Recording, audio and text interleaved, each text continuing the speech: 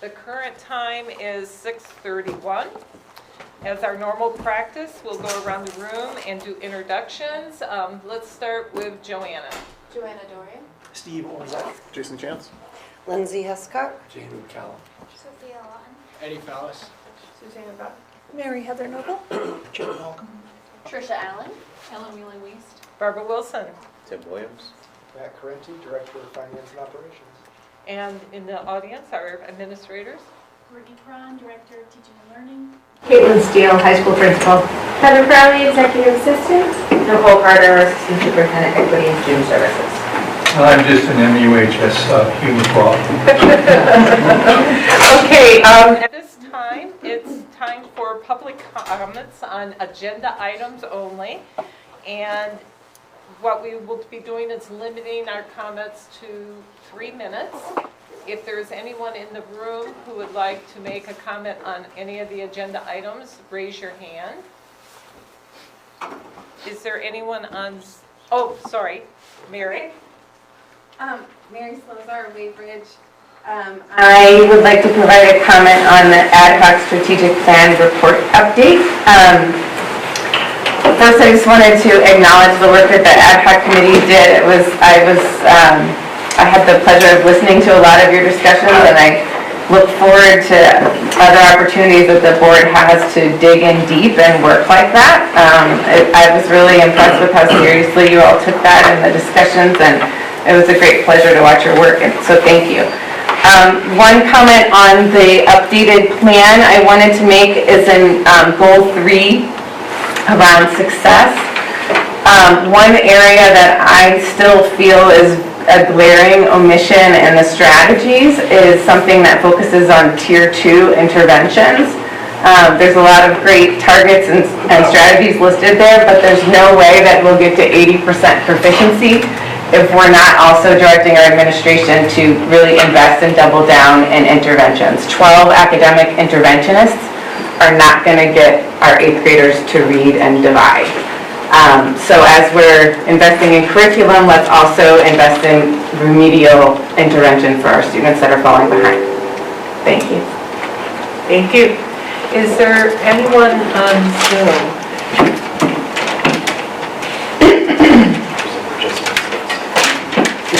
Ellie Roth has her hand up, but she may just want to be added as a panelist. Oh, we got to move Ellie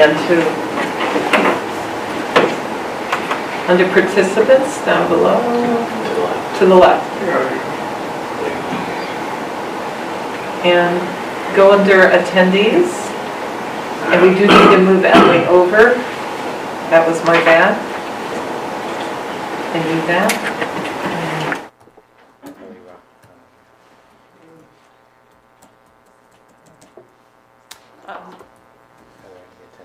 Yeah, go back to the attendees, please. If there's anyone attendee that would like to do a public comment, please raise your hand on the agenda item only. Recording in progress. Sorry. Okay, and my apologies to Ellie. She's joined us, she's on the board, and she was on the other list, and we didn't move her over. Hi, Ellie. Okay, next. What we're going to do is approve our new student rep, Sophia, so she's official for the entire meeting. So what I'm going to do is let Caitlin Steele introduce her, and then we will appoint her. Hi, everybody. I'm so happy to be here for Sophia's first meeting and introduce her to you. She's a current junior at Middlebury Union High School. She's in the first of 2 years in a Career Center program in, wait, I wrote it down, in Human Services. So she'll continue that next year, but she's got a broader array of classes, including 2 IB Diploma Program classes. She also is the social media lead for the Hope Happens Here group at the high school, which is a club focused on mental health, and I grabbed this quote off of our webpage. The club helps peers access the mental health resources they need and helps them understand that it's okay to be not okay. So it's a great contribution to the culture of our school, and Sophia has been with that group from the start. So thank you for bringing her to this table. She'll be a great contribution. Okay, yes. I'd like to make a motion. To accept and appoint Sophia Lawton as the student representative to the ACSD board. I'll second it. Excellent. Any discussion, questions? Go ahead. Sophia, thanks for being willing to put your time and effort into this. We really appreciate having a student voice on the board and being able to kind of get the report of what things are like on the ground, so to speak. So just thank you very much for being willing to put yourself into this board. Excellent. Any others? If not, are we ready for the question? Okay, all those in favor of approving the appointment of Sophia Lawton indicate by saying aye. Aye. Aye. Any opposed? Any abstentions? There you have it. Welcome. We really appreciate Yes. you being here. Thank you so much. Okay. Moving right along, and I'm going to try to move this quickly because we got a long agenda today. Next is recommendation to approve minutes. So we're going to start with the 11:06 minutes. Is there a motion? Make a motion to approve minutes from November 6th. A second? Okay, thank you, Jamie. Any discussion? Okay, all those in favor of approving the minutes of November 6th indicate by saying aye. Aye. Aye. Any opposed? Any abstentions? The minutes are approved. Moving right along. 11:13. Can I have a motion to approve? May I suggest that we approve the next 4 as a block? Is there a reason you wouldn't want to do that?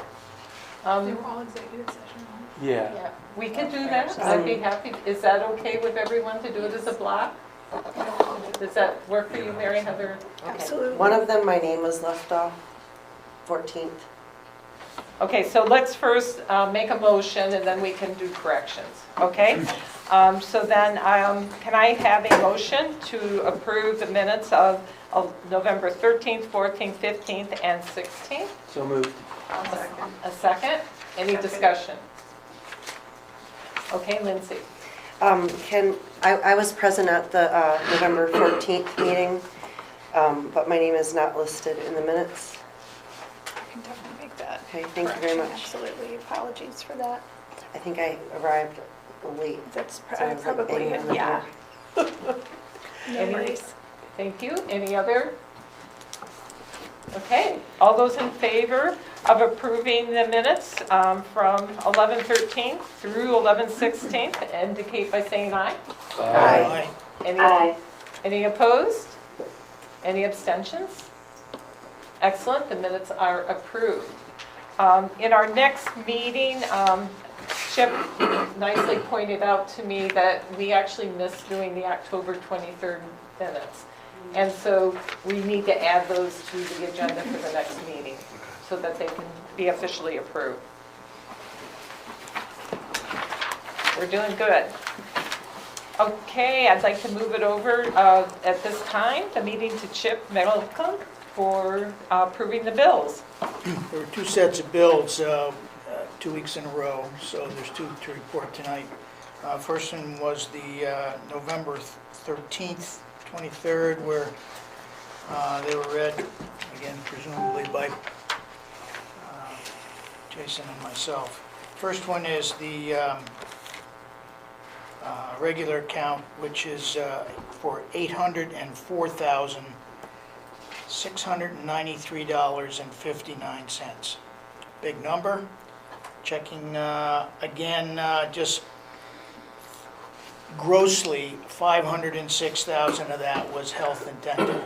I did ask why they keep coming up, and Melissa responded that they're usually billed by the kind of plan that people have, so that's why we may get more than, some of these bills get scattered, because it seems like I'm always reporting on this, but just so you know. And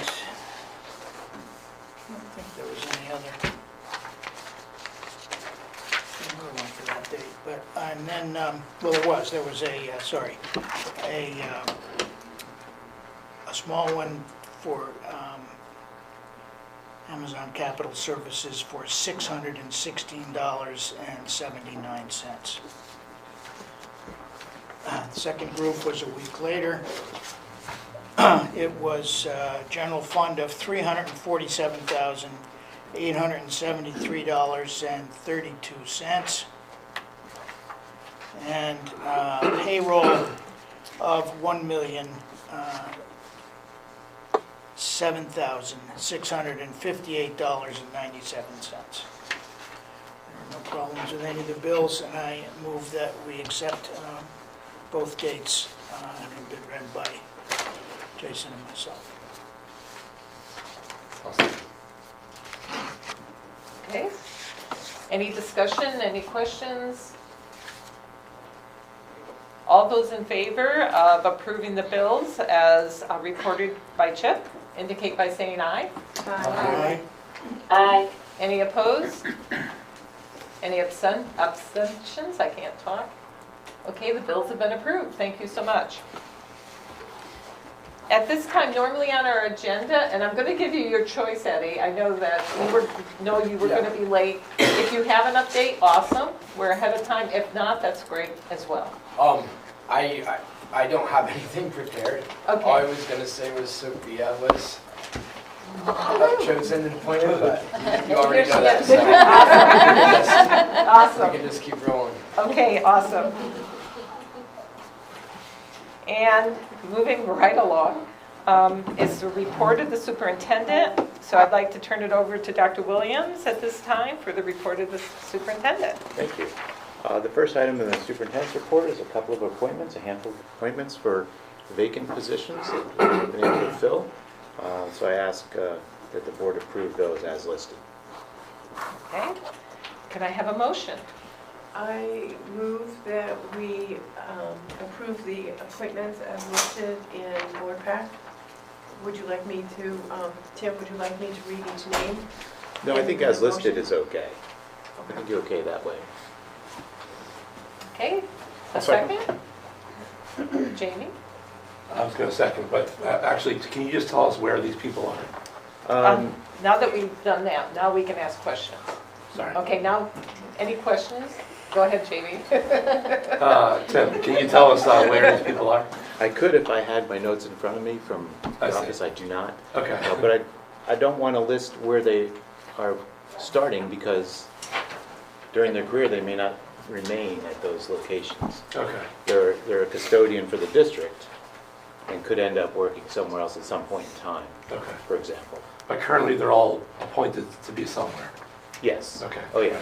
Okay. And I think I may have provided those locations in a prior weekly update, at least for Okay. 3 of them. Because there's some that we had to bring on board right away Okay. because we didn't have a meeting coming up. Okay. So some of them you're approving retroactively. And they know that if they're not appointed at the board meeting, then they won't be working for us anymore. So they knew that it wasn't permanent until you vote. I see. Okay. Joanna? I'm remembering when the board first started the appointments, we were getting resumes and a little bit of information. And is that still, can we bring that practice back? I don't think it stopped. I guess I don't remember seeing these names or resumes from this, a list of appointments. Yeah, Heather, there at least 3 of these were retro, and they Yep. had been provided those. I think you provide, I'm not sure about the correspondence that you provide to them, but I think that you list them with the Yeah, they get the spreadsheet. resumes with Yep. that, yeah. I don't see In the that, weekly. but. In the weekly update, yeah. Yeah. The staff doesn't get the resumes, but the board does. There may be 1 or 2 on here that hasn't happened because they're recent, this past week. There was no weekly update last week. We never did this for 50 years. And Lindsay? This list has some different steps, and I was looking at the master agreement, and these appointments in particular range from 1 to 17, and Is that just based on education? I was trying to find in the master agreement the right place to look to figure out where that corresponds. There isn't, it's not going to be spelled out in the master agreement what step people are placed on when they're hired. It's based on their years of experience. Perhaps, say for example, the one with 17, on step 17, they may have 17 years of experience working in a school system or working as in that field in somewhere, and they get credit for that. So when someone's hired into a union contract, they're hired into wherever they're negotiated at that time of hire. The contract doesn't at least our contracts don't specify that they have to start at a certain step. Okay. Some contracts do specify that.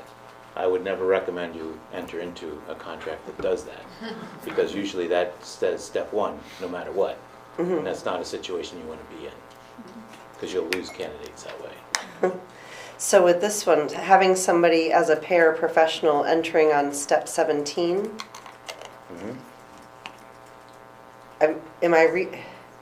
so I would look at the appendix, and so there are two different appendices. So does that mean that person's starting at 75 with a master's and over 15 years of experience? You're probably looking at the teacher master agreement. These are This is a paraprofessional Okay, position. so, Separate okay. contract. That would Yeah, be I'm just hourly rate. trying to make sense of it. I don't think I have the right one here. Yeah, I think you might be looking at the teacher contract, and this is governed by the support staff contract. Okay. All right, I'll look a little deeper into it. Okay. Thanks. Any other questions? Okay. All those in favor of approving the appointments indicate by saying aye. Aye. Any opposed? Any abstentions? The appointments have been approved. And go ahead. Thank you. Enrollment projections. In the superintendent's report, it's in PDF format, posted online. I'm not going to go into the details of it because we have several lengthy presentations, but that information is there for people to view. And there's also links in there that take you to the actual spreadsheets that were used to make those calculations. Please feel free to download those files and play with them any way you wish. If you have suggestions for improvement, both Barb and I would love to hear it. Barb and I collaborated a little bit on parts of this and went our own ways in other parts.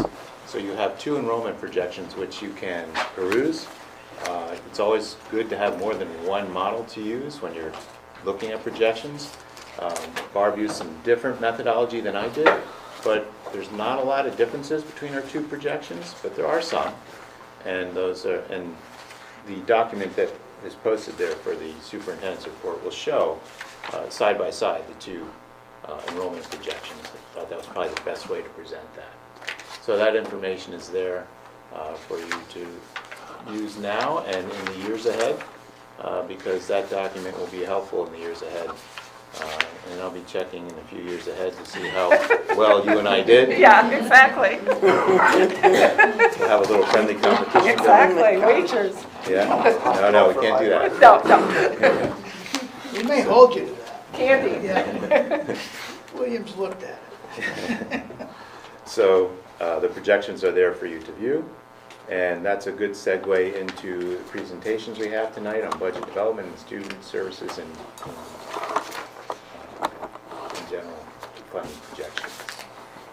I'll turn it over to, turning it over to Nicole. Is she going to go first? Nicole will be going first. Has Matt gone first?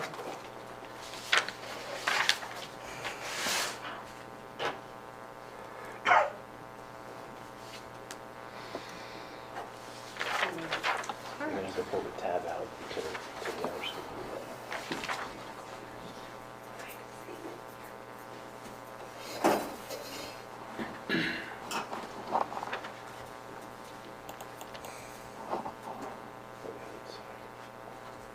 Here it comes. Barb, do we need to do anything to reverse them? Like anything official What do you mean? to switch Matt and the agenda? Yeah, it's all under the report of the Okay, superintendent. I It's just all good. wasn't sure. Because Matt is listed first, so. Yeah, they're actually listed together. You're good. Okay, hello everybody. Some of you have seen this presentation before November break, and it will look familiar.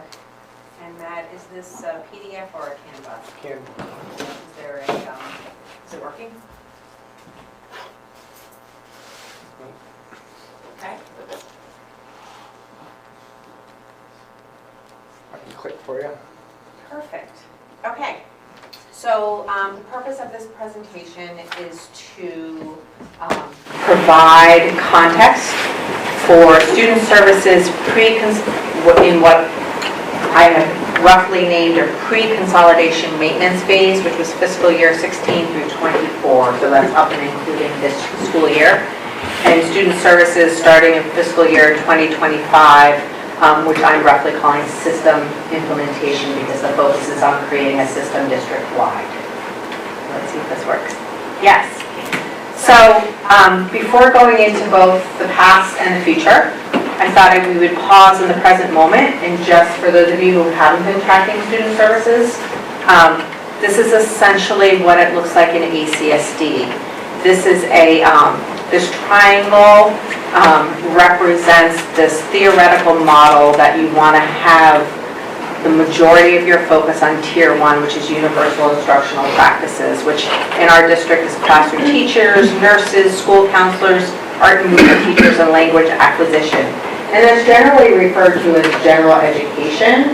When special education became a thing after the civil rights movement, this was dubbed general education. The line above it is the line where student services begins. So student services and students, these are practices, these aren't students, right? So students can receive practices from any place in this. This is not the sorting of students, it's the sorting of instructional practices. So student services, Tier 2, which we refer to as targeted instruction. You've got reading and math intervention, which Mary talked about in the beginning. You've got learning accommodations, which is a broad term for essentially 504 plan supports. Behavior intervention and supports, mental health therapy, occupational therapy, and speech language therapy. These are all need-based services. So we look at data, we look at referrals, and generally teams need to determine whether a student needs this service. Above that is Tier 3, intensive and specialized instruction. We commonly refer to that as special education, but I wanted to make note that what it really is specialized instruction. It's instruction that's just focused on one student, meaning that the design of the instruction is to think about one particular student. And that's special education case management, reading and math instruction, functional skill instruction, occupational therapy, speech language, mental health, and para-educators. Keep going? Okay. So if that's the general landscape, let's talk a little bit about fiscal year 16 to 24, district consolidation. So Act 46 and student services. What happened in this district, in I believe 2016, is we came together as a district. And from that point until now, we've sort of existed in what I'm referring to as this pre-consolidation maintenance phase, meaning nothing's really changed.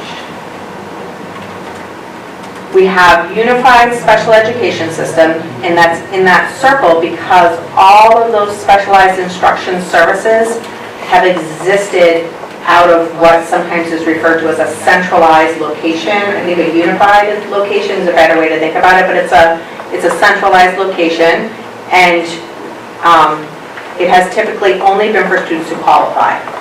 And then on your right, what you'll see is we have 9 schools, hopefully that's 9 green schools up there.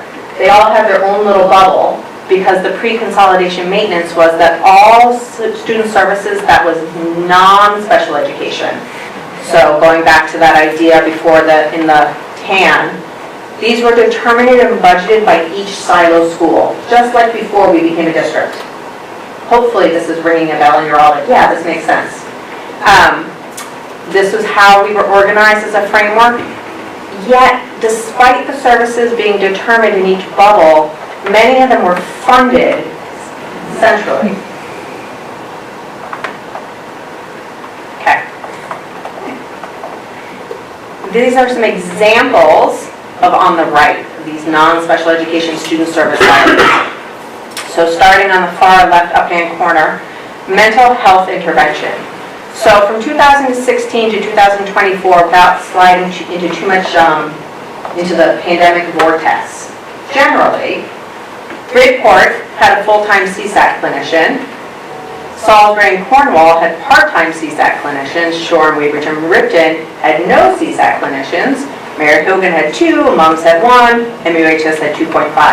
So as you can see, it might be difficult to determine what the logic model is there, or why it happened and how it happened.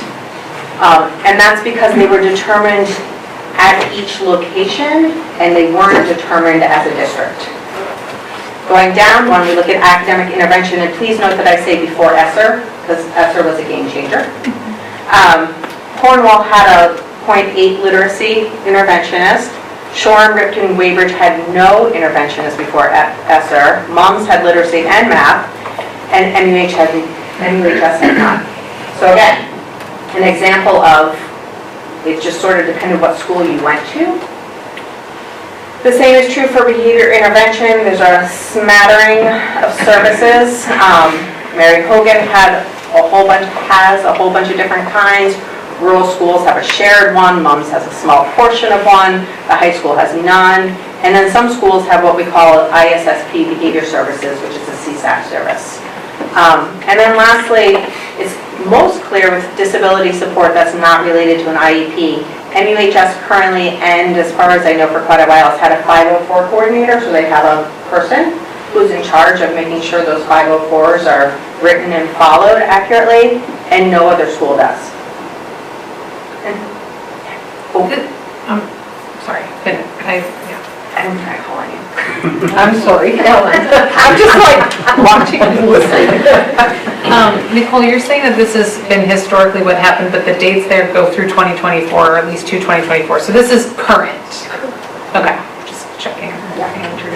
And then when you say that rural schools have one shared ACSD behavior model, that means that we're not talking personnel, we're talking like approach and way of dealing with behavior, or is it, like, what is a model? Yeah, it's personnel.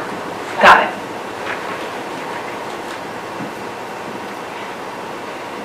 So this is what's been.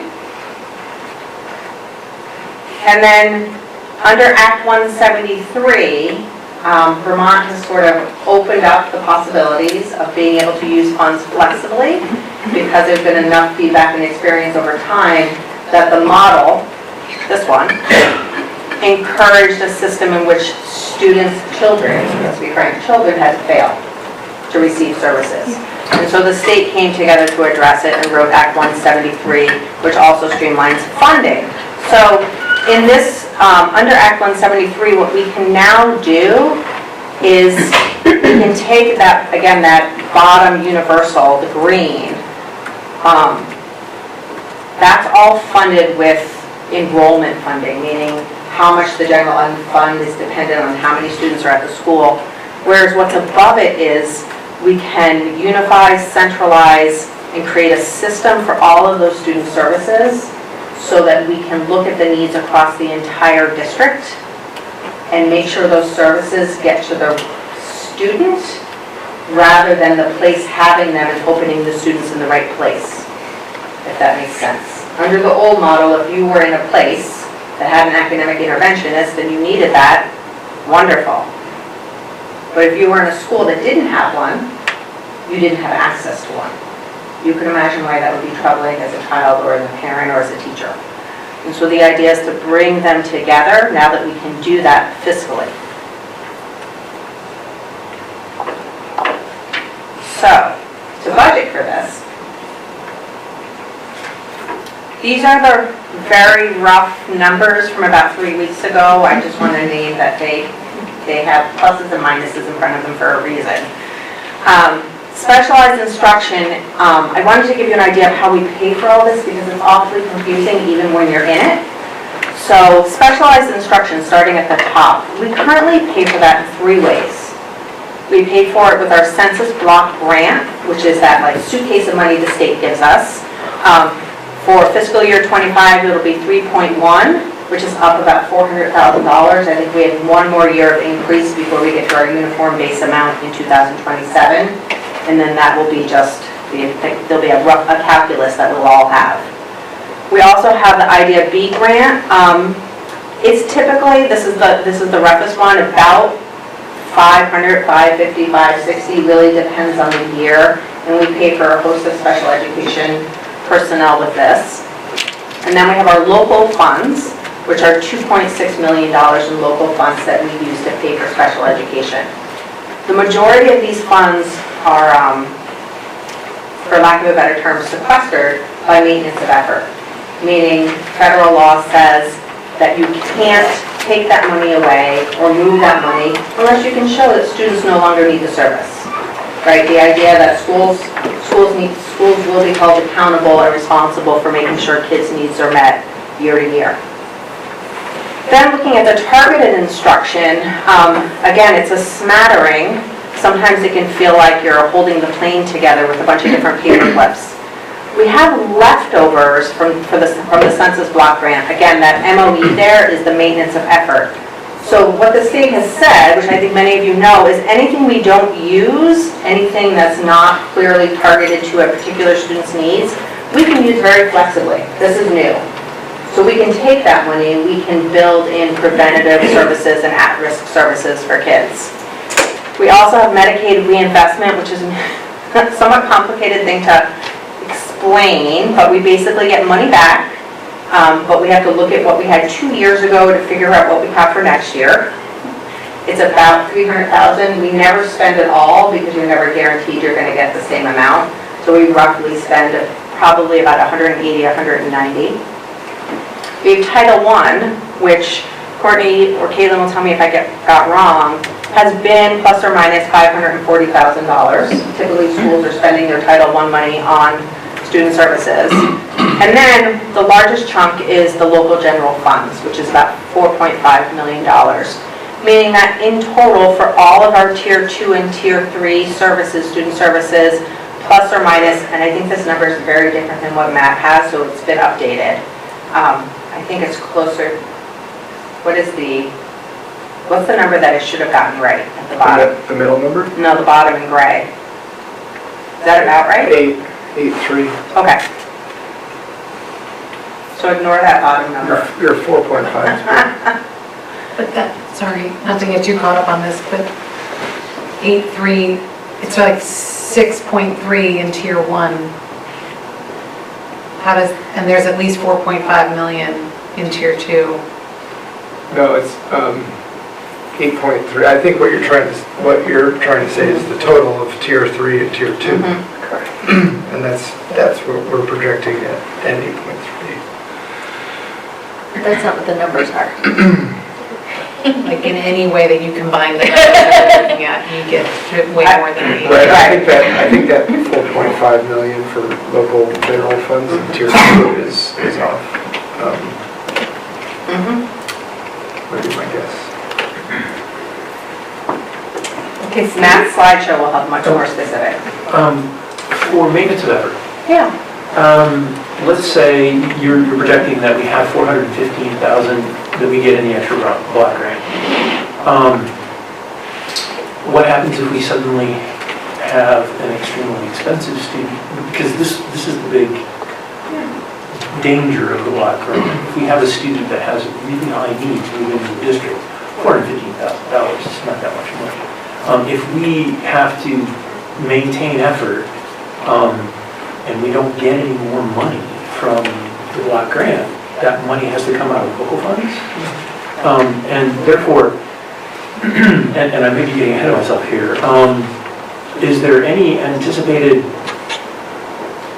budgetary possibility of creating a fund with some of this extra money to, like we have a capital reserve fund and we have these reserve funds that sit out there, and it doesn't have to be a huge amount of money, but some sort of buffer, because like you said, this is going to happen this year, it's going to happen next year, and then the third year, it's not going to happen anymore. We're going to have that formula. Is there any possibility, or has it been considered, and I'll stop there, of setting aside an amount to cover us in case something like that happens?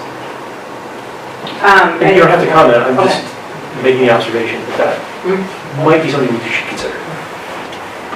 The only thing I will add, whether or not we've considered it, is that the state does provide reimbursement above a certain amount. So while it can still, there are students whose needs we have an ethical and legal responsibility to meet, and we want to meet, the state does reimburse above a certain percentage point. So it's not all of it, but they actually increase that a little bit because of what you're naming. Okay.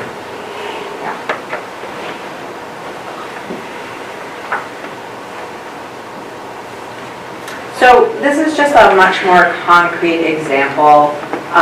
I wanted to just be really clear of what the examples, what went with what. So starting on the left, the local special education funds.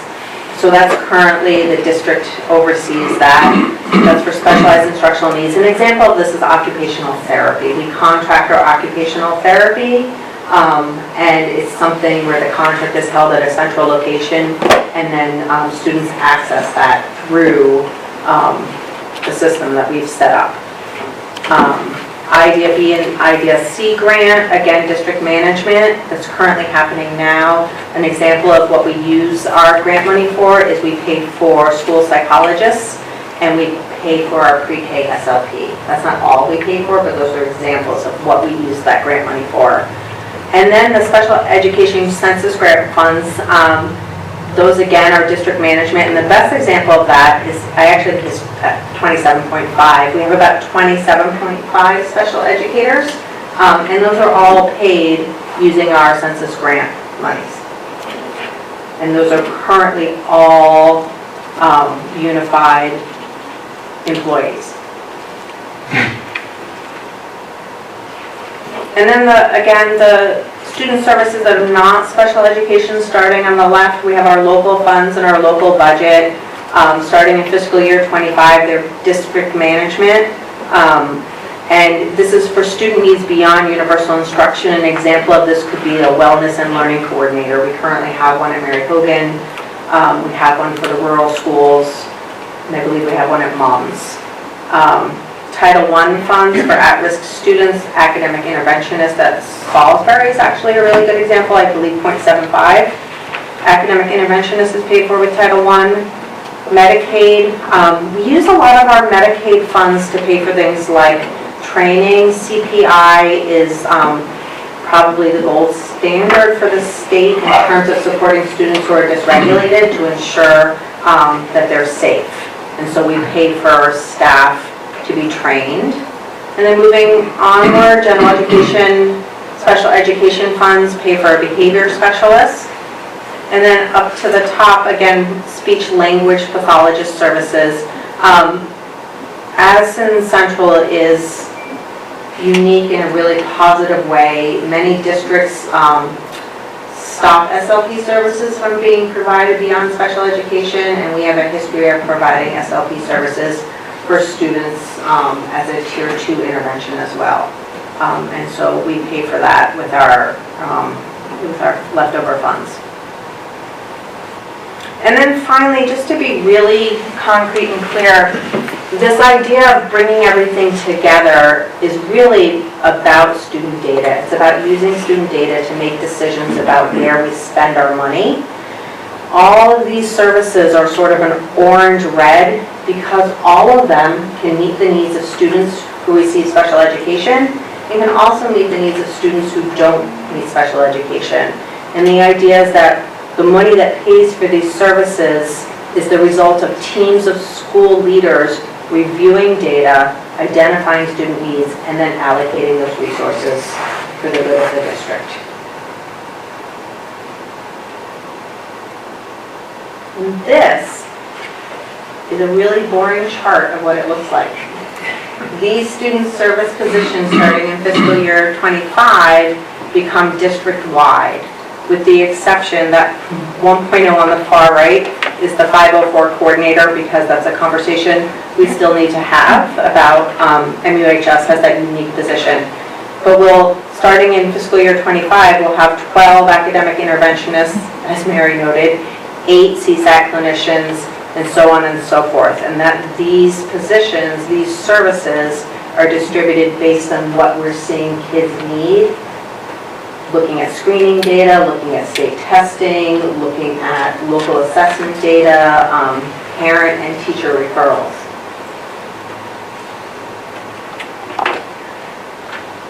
Questions?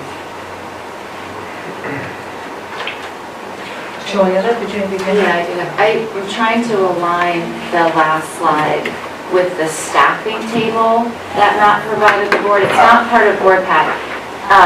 Is the staffing model, it says unified staff 24-25. Is this change, is this expected, is this the current staffing model or is this the projected? And I wish it was part of this slide pack because I think it would add to that table, right, that you just showed.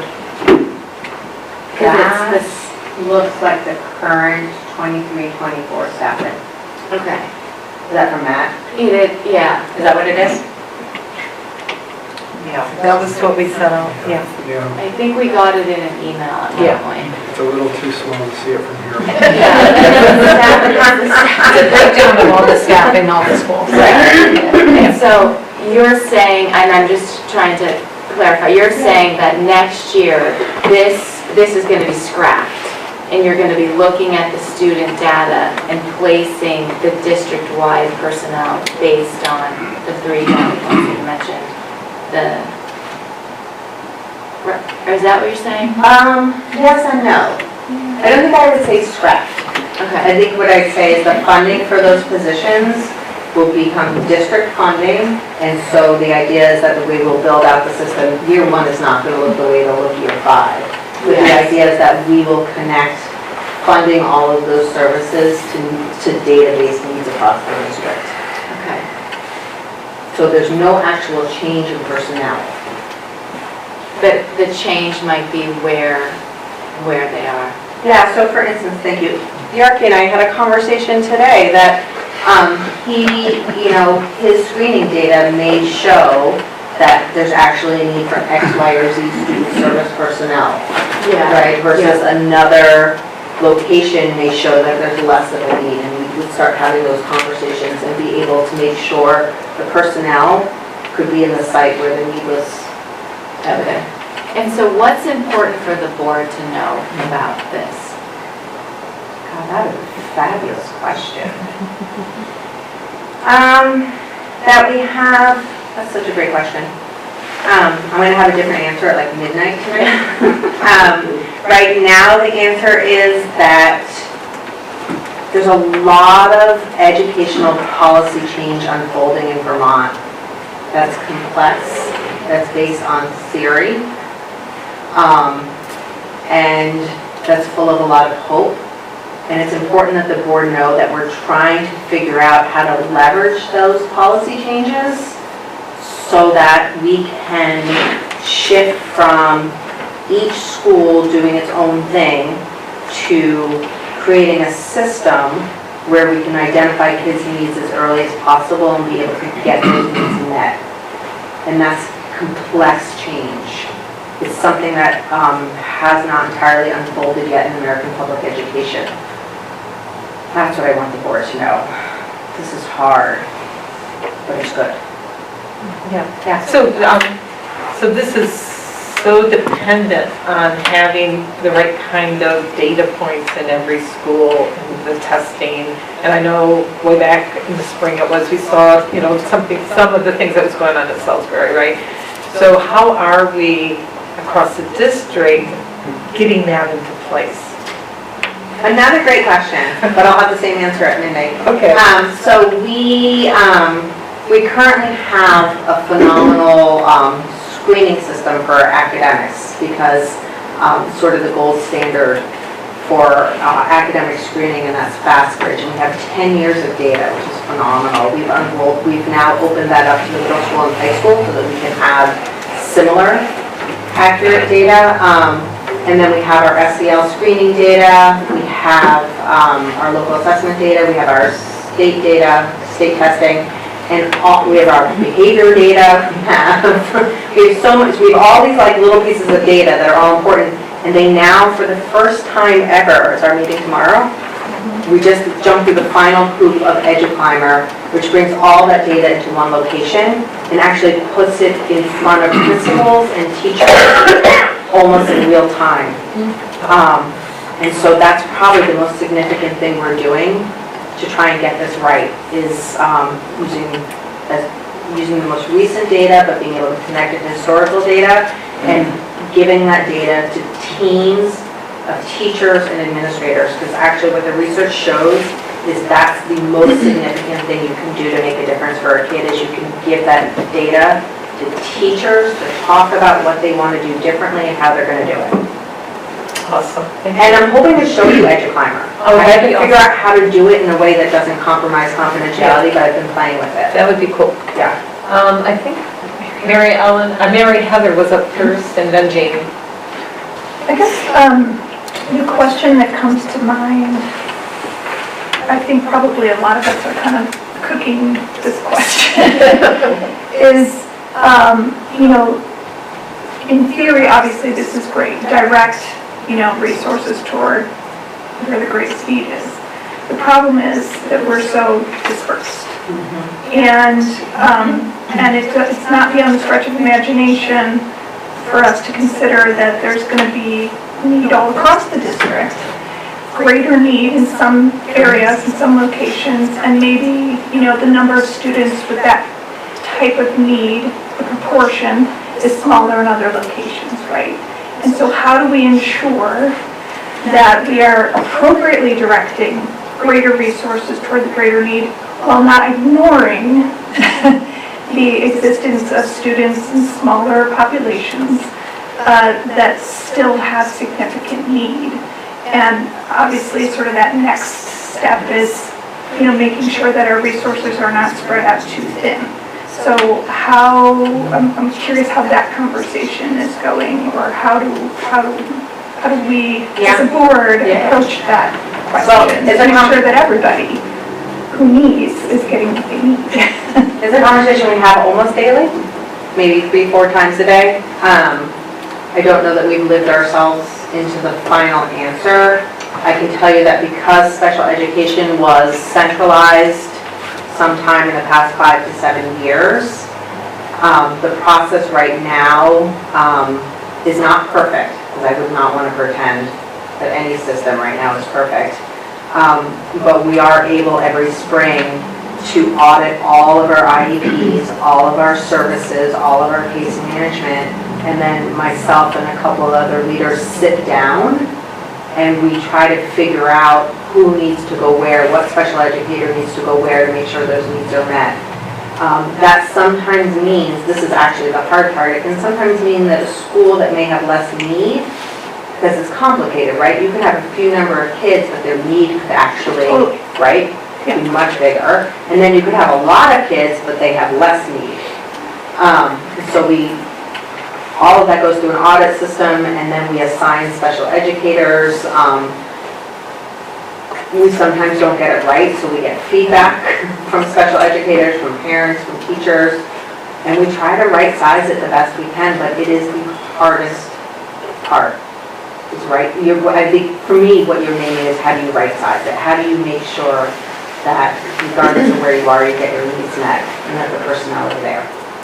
Yeah, I guess my concern is that even if we're switching systematically from this sort of siloed, each location has what it thinks it needs, to this broader, centralized, unified system, you're still going to have edges of the bread that aren't getting butter. And that's a fundamental problem that I think this board really needs to contemplate. The only thing, Mary Heather, that I would add about the edges of the bread not getting buttered is that we're in a better place than we were a couple of years ago, because Act 173 allows us to provide more preventative. So it's not going to solve everything. It isn't going to get the butter in all the right places, even though we try to so hard. We're better poised to do it because we no longer have to wait for kids to show us they're failing.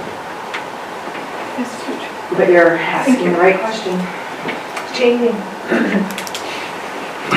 I don't want to ask this question, and I'll just ask ask it. Well, how do you determine if we need more? Like I understand spreading the resources that we have in interesting, important ways. And what if you're like, well, the bread is still, or whatever you said with the butter, you know, like how, do we currently have enough to meet the need? Like, let's say math, we have this target of getting 80% math proficiency higher, right? With our math interventionists, do we have enough of them to go around? When I answer this way, I'm really not being snarky. I think we currently only have 2 math interventionists in the district. 2? Yeah. Okay. So, that is a need. Okay. You are pinpointing a need. Do we, one of the reasons this change is so complex is because we both need to figure out how to bolster our intervention, so it's targeted, and we also need to figure out how we can strengthen, thicken, rethink our universal instruction. Because the intervention actually happens in both places, so it's, I think what the state has tried to do, and I think many people would say that they're moving in the right direction, is if we try to just turn tier 2 intervention into what tier 3 intervention is, and we try to replicate that model, it's financially almost impossible. And so the state is sort of saying, you have this suitcase of money to meet these needs, but we also want you to be thinking about what are you going to do differently from the beginning universally. Right? They're not daring us, but they're saying you can't change just that thing, you have to change the whole thing. Okay, so I think Ellen and then Suzanne. So to what you were saying before, Nicole, I think this kind of lines up with what you're saying, Jamie, is when you say that sort of intervention is a big tool that Act 173 equips us with, that's what you're speaking to, right? It's like the tier 2, being able to like build up our tier 2 tool case or whatever, so that we just have more strategies and more, I think, personnel behind them. And I would just say we have 12 academic interventionists for almost 1,600 students today.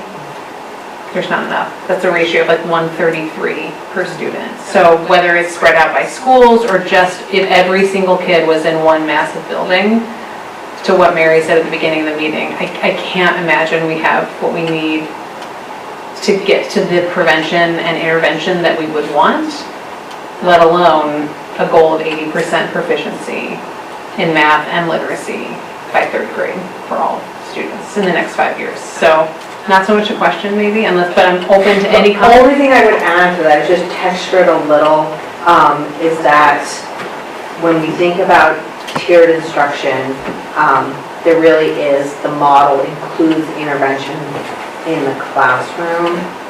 So when I say theory, it's not just an interventionist pull-out model, it's also happening in the classroom. And I would imagine that involves a lot of training for teachers, classroom teachers, and all kinds of things. So, yeah, I think generally the idea of being able to look at all the data, which is really exciting, to determine need, but just looking at the resources we have today, many of which we're all starting to engage with the post-ESSER funding realities of, I don't think we're anywhere close to where we would want to be. Suzanne. So my question kind of wraps everything up. If we're using EduCarmen, and the teachers now have a gazillion pieces of data in front of them, A, is there a time of the day where they can input pieces about students so that it can be added into this glorious database, but at the same time, the teachers, A, know how to understand and interpret and analyze the data, and then do they then know how to restructure, reteach said lessons, said skills, concepts within the allotted time that research states, basically 24 to 48 hours, that you need to reteach if you really want it to sink in? Do they have all of that, tools in their toolbox? And if not, are we adding that professional development in so that they get it, so then they can actually use the data to make a difference? We are working really hard to bring that to fruition. I would say we're at the very beginning. We're at the beginning. It's only Caitlin and I started the district leaders looking at data as a group last year or the year before. So that is new and it's, I think, now a habit. We're bringing data to the teachers and we're trying to align our professional development with what we see the needs are. But what you're naming, yes, that's the work. Yes. Thank you for naming. Looks like we can move on. This is a long one, so we need to stretch. Okay, so in the beginning of this, there's a little bit of crossover with Nicole's presentation because we wanted to make sure that we overlapped a little bit, and I think Herb had a lot more detail about the specifics of student services and funding, but in case you forgot from 30 minutes ago, student services included our academic intervention, so literacy, math, and speech, mental health and behavioral support, so that's where we have clinical social work, prevention, intervention, OT, and then evaluation and planning, so the team tasked with developing the IEP and 504. Student services budget currently resides within each school's directed instruction, and that's that artifact of pre-district school budgets, that silo that Nicole was referring to, and the pre-Act 173 logic model, where not only was it sort of kept separate fiscally speaking, but it was really important to keep it separate because all of the special ed expenses were part of this reimbursement model and they couldn't be mixed with anything else. They really had to be separate. Under 173, census block grant allows for more fluid distribution of resources, and that's why we're sort of pushing this year to organize them in the budget so that they're adjacent to each other in a new way. So we have our schools here, and here's just a little animation. There's students, special ed budget kind of overlaying on top of each school, and at the same time, student services budget existed with it. Under Act 173, we get to come up with a new model, shake the Etch-a-Sketch a little bit, and that's where we get our Tier 2 and Tier 3 overlay. So that's a central budget that's overlaid on top of the school's budget, which provides both Tier 2 and Tier 3 resources to that location. Some of the things that we're moving around internally, at MUMS in the high school, we're moving special ed paras, CSAC contracts, prevention services, and some other support. At Mary Hogan, contract BCBI, that's a board certified behavioral interventionist, CSAC clinician, PT, SNAP, and some similar services as well at the rural elementary schools. A lot of those are non-personnel expenses, meaning they are either, well, I guess in this case, they are all sort of contract services that we pay out to other providers to provide the services to us. The majority of the personnel expenses reflected in the changeover is moving special ed paraeducators into that student services budget.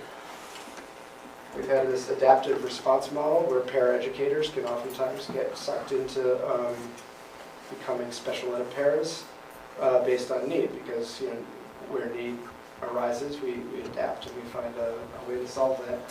I think that historically speaking, we've done a bad job of organizing the paraeducators correctly so that we're both measuring what the special education need is and quantifying what the need is at each school building. So that's a major part of the organizational effort this year.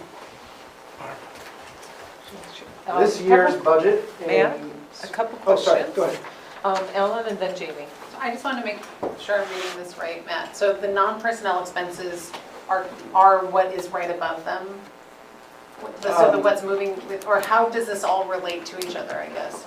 Yeah, it'll clarify moving forward, but you know, where you see special ed paras here, that would be a personnel expense. Where you see things like CSAC contracts, that would be a non-personnel expense. Okay, and all this is telling us is what's moving from the general fund currently, and the new budget will be into the special services? Yeah, just to give you an idea of some of those things. It's not new money, it's just sort of a movement within. Transfer. Okay. Jamie? Well, sorry, so, Matt, I know you have a long slide, but, so some of that, can you go back? So some of that money in the second level is the 300,000 for special ed paras. Special ed No. Personnel costs? So none of it is involved in those other, No, okay. that's contracted. That's all just contracted services, fees we pay, Yeah. okay. Sorry. This is FY24 budget. So the current special ed budget this year is about 5.6 million. If we quantify all of those things that are currently in the general fund, or sorry, general ed budget, but are set to be transferred, that's about 1.6 million. And that's different from what we have in board pack? Yep. Yeah, Yeah, sorry, the by a data lot. has. But this is the updated This one, is- okay, yeah, this is that's the fine. most current. So that was 24, now we're going to 25. So as we meld special ed and student services budgets into the special ed and student services budget, and we move in our ESSER-funded positions, which are largely interventionists, hitting this budget cost center, we're seeing a year-to-year growth of 15% on all of those expenses, which gets us to about 8.3 million. That was the number I was talking about earlier. It's important to explain this because when we look at the general fund summary, it doesn't look like that because some of the things are leaving general ed and creating a net loss effect there, and some of them, and they're all migrating into what was special ed. So it's going to look like special ed is gaining a ton, and general ed is not. And the reality is this is sort of what we're moving over, and the combined effect of bringing in ESSER and migrating those lines. Can I ask? Sure. Just Go ahead, one- Chip. Assuming, because this is so complicated, it really is, I'm trying to get my head around it, but assuming in a couple of years, once this transition has occurred, we will be looking at this not with all this transfer. We will be looking at it not more simply necessarily, but at least we won't have all this having to reconcile these transfers from one account to the other, correct? Unless Oh, there's no, some. yeah, this It'll be should, its own cost center. it'll level out next year because we'll have hit our organizational goal, right? Right, We're yeah, organized. I just wanted to state that because this is a really complicated year, also a difficult year. They're two separate things, I think. Yeah, we're taking the work that was in process pre-COVID, and that was trying to combine, 9 different ways of doing things into one unified budget. And then we had the great interruption with COVID, and now in the post-COVID landscape, with all these new statewide initiatives, we're creating a new system that just organizes us. So Right. that as we develop equity plans and strategic plans and all that stuff, we can say, at least we're organized, so that when we go forward, we know what we're doing. I guess. Matt just literally described most of our meetings together. Looking at the disorganization and bringing meaning. Here's the year-to-year budget summary. So we have 23 actual, and I put this up on the next slide, so if you can't see it, don't worry. But I think worth noting is I added a couple columns here to reflect the percentage of the total general fund. That's this one up here, GF. And so we're seeing here, this is the FY24 budget, FY25 draft budget. and the percentage of the general fund, as well as the percentage difference. So here's some of those weird ones that we'll get into here. Matt, sorry, does the highlighting can you explain what the highlighting is on that last slide? Yeah, That's I highlighted them because I think that they reflect some of the major construction in the budget and special attention, whereas some of the other ones are sort of a more routine year-to-year change.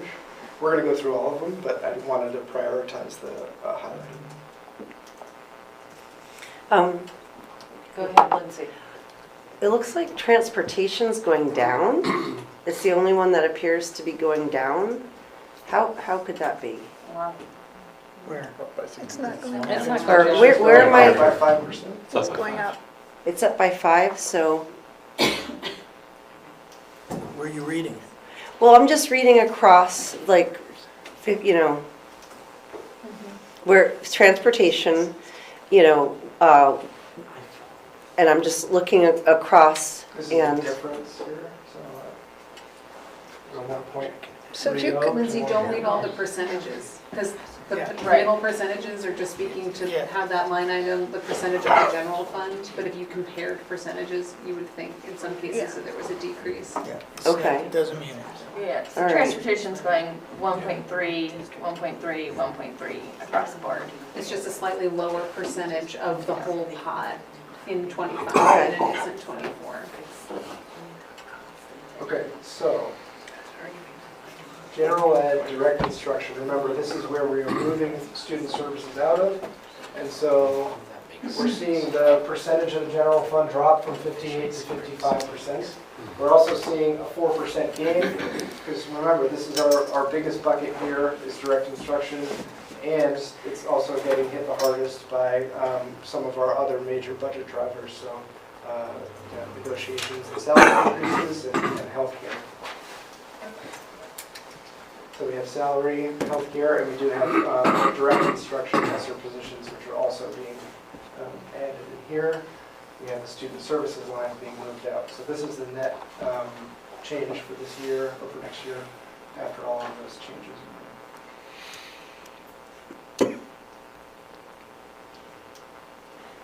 In student services and special education, we're seeing this big wonky number here because of the salary increase, healthcare increase, which again hits all of the personnel. If you remember my pie chart from the first presentation that broke down our personnel to non-personnel ratios, our two biggest personnel pies were student services and direct instruction, because that's where most of our teachers are. Facilities and technology were our two that were mostly non-personnel budgets. And then the others are sort of a mix. Professional development curriculum gains literacy coordinator from ESSER.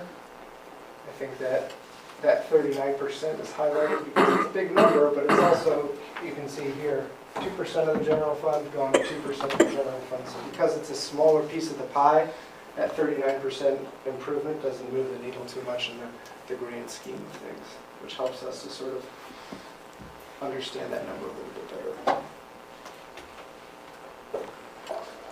School board and central office.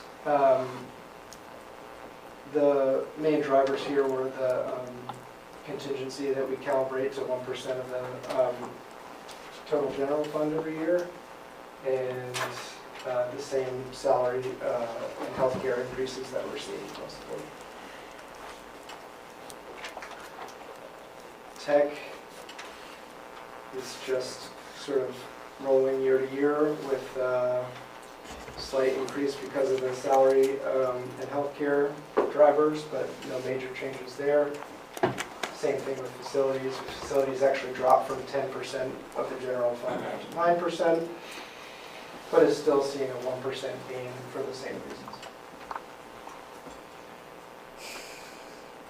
Transportation, as we saw earlier, is up 5% this year, 4.5% next year, 4.5% the year after that. So That's a pretty static increase on that. Where my career center. We still don't know. Okay. We still haven't heard. We're Matt, gonna know at some point. just ask on the transportation, I can't remember now how we ended up with our mutual, other districts trying to come up with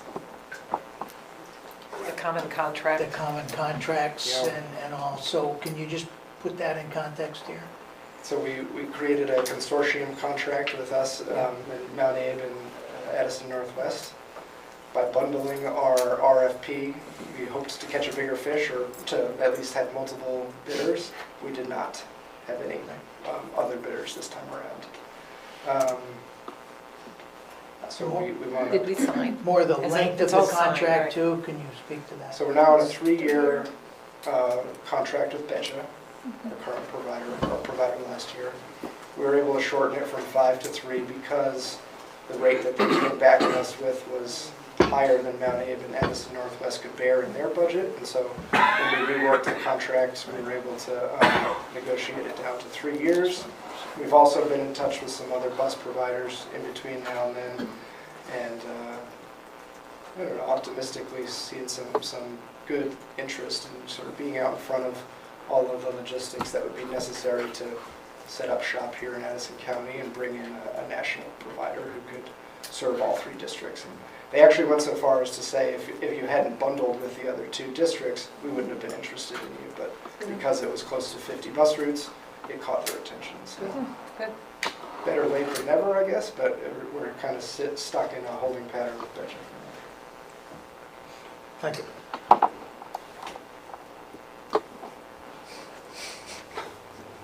Universal pre-K tuition, so I think this is pretty well established. We're going to see 1%. And no change to debt. We do have a few other expenses that I'm sort of breaking out because they're worth mentioning. They could just as easily be folded into direct instruction or central office. Pick your bucket, but we do have a new tax that's hitting all of our salary dollars this year called the child care tax or child care payroll tax, passed under Act 127 or Act 27. Not Act.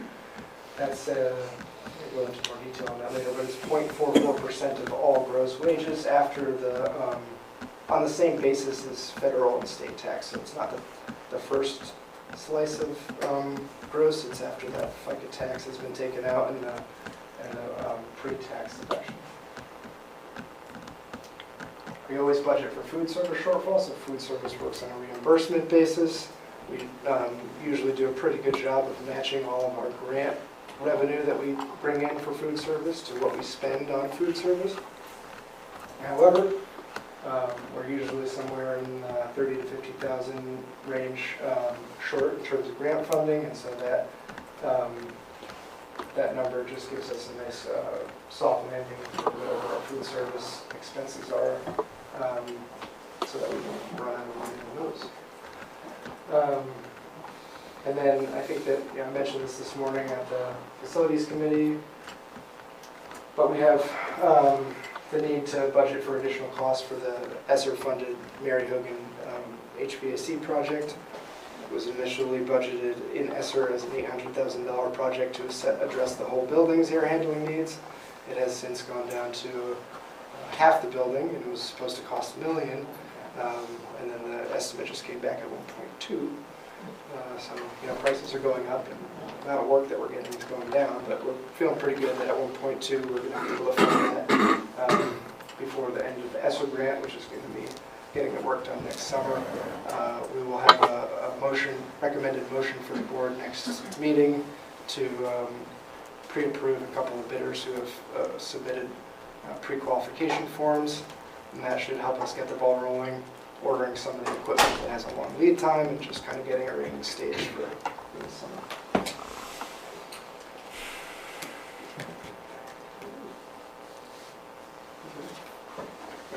There we go. All right, so that's how we spend money. This is how we bring money in. major changes. The census block grant going up 415,000. We're losing ESSER, which is at 917,000, and then we're getting this new English language learner grant. It's a small grant that we get for being under 26 English language learner students under the new Act 127 weighting system. So those new revenues are reflected here. We have our general fund, or general revenues, state and local revenues. That's where the census block grant lives. Here's the net change to the census block grant. Federal grant funds, this is just sort of a collection of grants that we get, the title funds, Medicaid's broken out here. We have an additional miscellaneous grant line here. We have the new ELL grant. And we put our fund balance here because that's both a transfer in and a transfer out. So as we're moving the fund balance into whatever reserve designation it winds up getting, it counts as both a revenue and an expense. So it balances itself on the top and the bottom of the balance sheet here. Gives us a total revenue. Matt, quick question, Sure. sorry. Can you just remind me, the amount of the block grant, is FY25 the last year that it will be increasing? 26. 26 will be, so we've got 2 more years of getting more, and then it'll just be level. And that goes to the uniform base amount, which is a 2-year enrollment, 3-year enrollment based calculation that factors in your, it's an average of enrollment over 3 years. So that Do we have a sense of what that will be? We do. I can't tell you in this moment, but I can find the answer. Okay. And I think the reason that they're stepping us up is because they're expecting us to sort of come equal or even to what that calculation will yield. Okay. So that's what the step up plan, or for some districts, step down plan is doing, is giving a soft ramp up or down to wherever you're going to kind of wind up. So we can expect, and I don't think we're going to see another 415 next year. I could be wrong, but I think it's a smaller taper next year. It's a smaller, okay. So we could expect in FY27 it would be much less. 127. Okay, so this is a fun song. In FY25, we're going to use long-term weighted average daily membership, LTWADM. Really missing a good brand name, if anybody. Mouthful. That's going to replace equalized pupils as how we count student weight in our district and statewide. Long-term weighted average daily membership assigns weight based on grade level enrollment. So we have different weights for pre-K, elementary, secondary, or middle school and high school. We have weight given to students living at or below 185% of the federal poverty line. We have extra weight given to English language learners. We have weight given for districts that are in 3 different bands of sparsity. And then 2 of the bands of sparsity qualified you for small schools weight, I should say. Here are the enrollment weights based on grade level. So pre-K is counted as 0.46 of an FTE because they're not at school as much. K through 5 is 1.0. That's sort of the center point that they use to measure everything else off of. You get an extra 0.36 for being in middle school and a 0.39 for being a high school student. Hey Matt, this isn't on you, but I'm just going to note that all of these slides in board pack are not displayed. Yeah. And so if we could just get those at some point, because I think this is important information. Yeah, maybe I'll just send a link to the Google file. Yeah, PDFs are not good. Yeah. All right, so poverty and English language learner weights. So for poverty, that's at or below 185% of the federal poverty line. In case you're wondering, the federal poverty line these days for a family of four is about $55,000 of family income, and for a family of three, it's about 45,000. So that's just a marker there, but that gives you an extra 1.03. And if you're identified as an English language learner, you get an extra 2.49. So that's a big weight, the heaviest weight in the whole law is assigned to English language learners. That created a pretty drastic swing in terms of taxing capacity for some of our districts that have high concentration of folks learning English. Sparsity is next. So this is based on the federal census data, which was, I think, now a couple of years ago, the 10-year census. And based off of that, we're classified as a low sparsity district. That means that we have between 55 and 100 people per square mile district-wide. And because of that, we get an extra 0.7 weight added to each enrolled student. Because we are a low sparsity and not a medium or high sparsity, we do not get through the gate to small schools weight. In order to get through that, you have to have less than 55 people per square mile. That would have added an extra 0.21 weight to every student who's in a school with an enrollment of under 100, which obviously we have several of those. This is where the college population is factored in? Yeah, so the college population is factored into sparsity, and because the college kids were counted as residents when the census was done, our sparsity number was affected. But for the college kids, we probably would have gone into the medium sparsity band, which would have then led to us qualifying for the small schools weight, which would have represented like a $3 million swing. This is all coming from state, I know it's census data, but it's state law using the census data in a particular way, right? Yeah, but the state wrote it such that the state is now obligated to use a third-party census company to annually refresh the data because they can't use stale data to assign weights on an annual basis. And so there's going to be this, I don't know how they're going to do it, but they're going to recount kind of every year statewide. I don't know what statistical methods they're going to use, or you know, if they're going to wait till Middlebury College is on vacation. But it's like, yeah, there's a recount coming, and we don't really know what could happen there. But we know that we're close to being able to qualify for that. But we're not banking on it. So, if you take all those things and all the kids that we have here and run them through a Excel sheet that the state gave us, which is just an estimator at this point. That's the state calculator. You get 2551 for our long-term weighted average daily membership. If you remember from the last presentation, we talked a lot about staying under the 10% rule. That's this number down here, which we'll get to in a sec. But it's 10% year to year compared to what we did for this year. And in order to do that, we need apples and apples, so we had to convert our equalized pupils, which is kind of this number that you might remember from previous budget years, into average daily membership, which is this. So we know that this is our FY24 average, long-term weighted average daily membership. We do not know with full confidence that this is going to be what we have this year, but this is what we have right now, based on what we know right now. So we're presenting it. Talked to a lot of other business managers who are afraid to present this number because it's still shaky and could change with a lot of different variables, and it's very sensitive in the calculation of what you wind up with down here. We're going to run a scenario, but just know that this is not something that's set in stone yet. But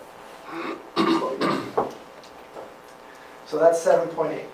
All of our expenses, all of our revenue, all of our kids that we think we have gives us a 7.8% year-to-year per pupil spend increase, which is good because it's under 10%. scenarios, because we still have unknowns that we need to worry about.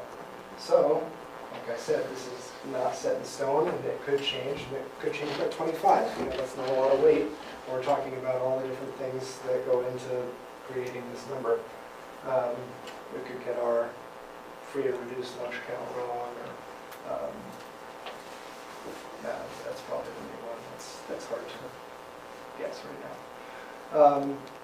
So that gives us 25 to 26 for our long-term weighted average daily membership projection, which brings the budget year to year up to about 8.9%.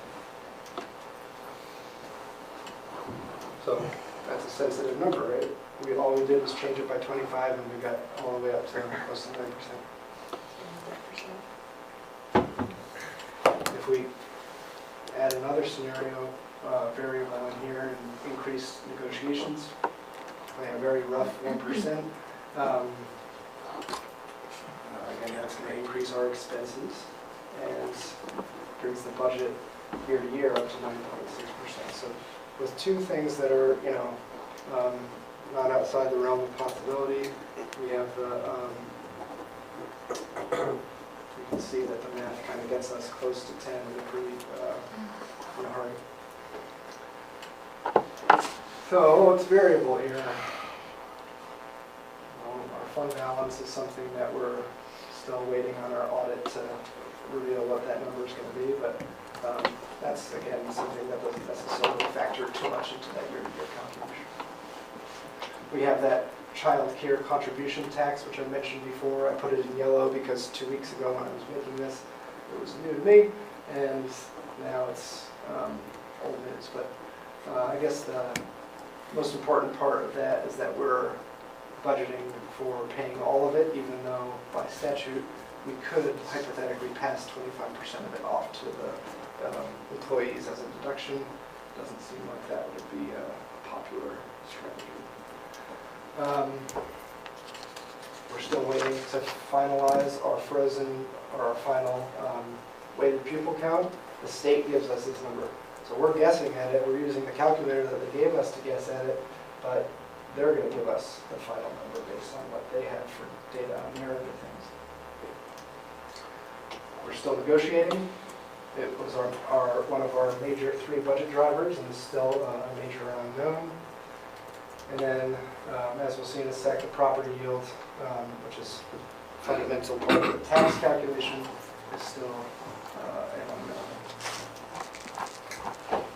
Here's another spiel about that child care tax, which kind of summarizes everything I think I already said. Fixed costs. So these are knowns. We know health insurance is 16.4%, nice and high. So that's in there as a driver. You know that we have our enrollment set for that calculation. And that poverty and our FRL numbers is one of our main variables there. We know that we have that new district census data that could potentially upset the sparsity calculation, but aren't sure. We even know the cost of adding grant-funded positions, and we know that we're getting more in the census block grant. So those are some of the big things that we feel pretty confident in budgeting around right now. This is the last bit.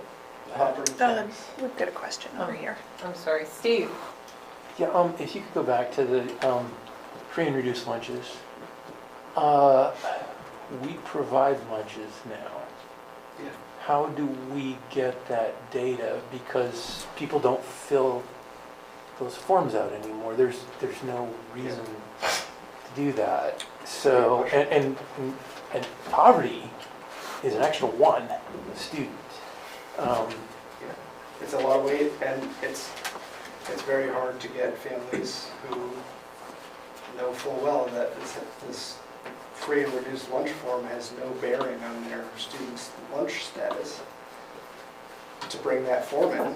It was hard to get them to bring it in anyway, and now there's no incentive even. So the state hasn't done a good job of finding a perfect solution to work around this form. I think next year they're probably going to do a PR marketing campaign that rebrands it so that it doesn't have lunch in the word anymore, and it's made pretty clear that it has nothing to do with food, because it doesn't.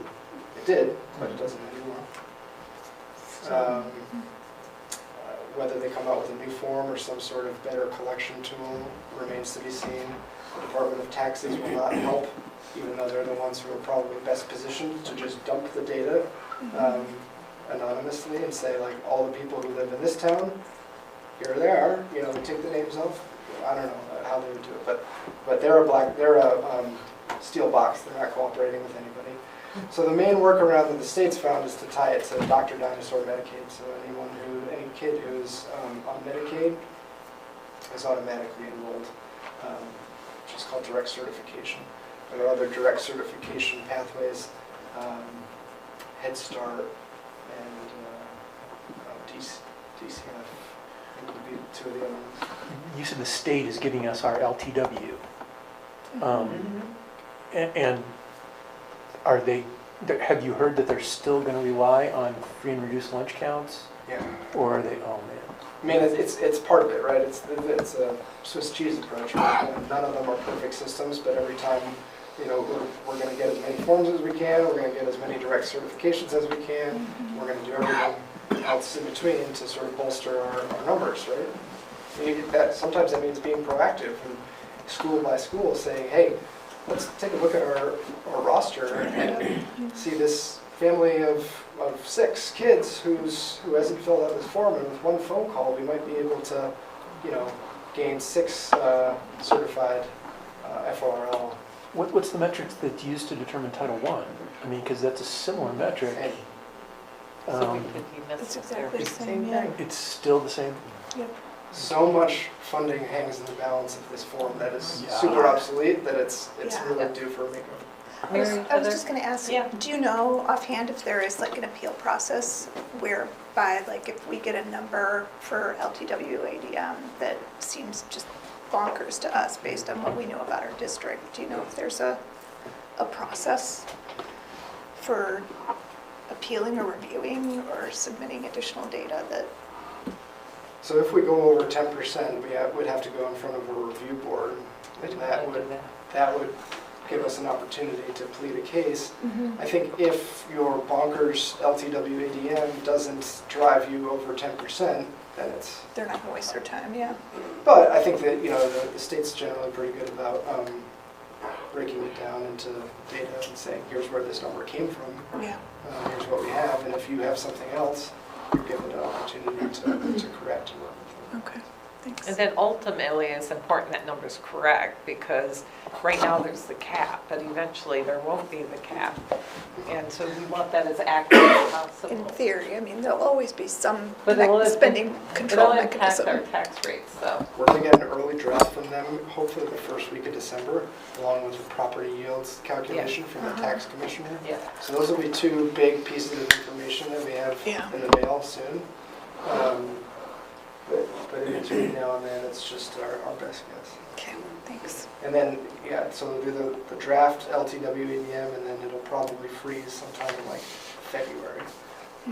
Give them a chance to make any tweaks between. Yeah. Matt, do you think you can finish up in like 10 minutes? Yes. Yeah, okay, great, I'm sorry. No, you're 10 minutes is Yeah, more than enough. we've gone over a little bit, so. Just a comment that it looks like, by my count, there are 3 places where state law is really affecting all of this. There's the new child care tax credit, payroll tax, which is increasing our expenses, which increases the numbers that we're looking at. There's the changes in free and reduced lunches and the impacts that has on collecting data. That's crucial to understanding what our LTW ADM is. And then there's the use of census block data without any exemptions for non-permanent residents who might be inflating populations. So I'm just putting that out there. It sounds like there are a few different places where the state has made some really well-intentioned and probably arguably overall great changes, that there are some pretty direct impacts on a big number that our district won't be alone in being pretty nervous about bringing it before them. Would you add healthcare to that list? Well, that's an impact, Mhm. but it's not the Isn't it state state? driven. Here's bargains. Yeah. It's bargained by the state. It is a state. So there's 4 Yeah. drivers. Mhm.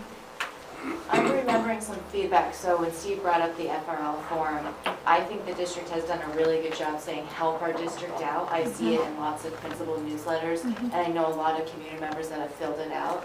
I don't know if by law, the response has to be written the way it is, because I think it's a little off-putting. Like, people go out of their way and they fill out the form, and it's like, sorry, you don't qualify. Yeah. How about Yeah. it's like, thanks for doing this, you don't help us, Yes. I don't know. It's just If that confuses could be people's- changed a little bit. Yeah, I it is a think weird response to get. Yes. That's a good point. Just some feedback that Yeah. Hopefully we'll get a better system next week. So like I said, December 1, we hopefully get that tax commissioner letter. The tax commissioner has to set the property yield.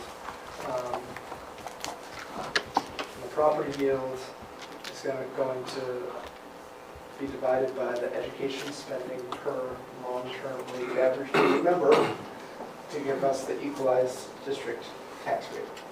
So the property yield is a number that reflects the amount of tax that needs to be raised by property taxes to fill the ed fund with all of the money that it needs to budget every school in the state. So I'm looking at sort of big picture.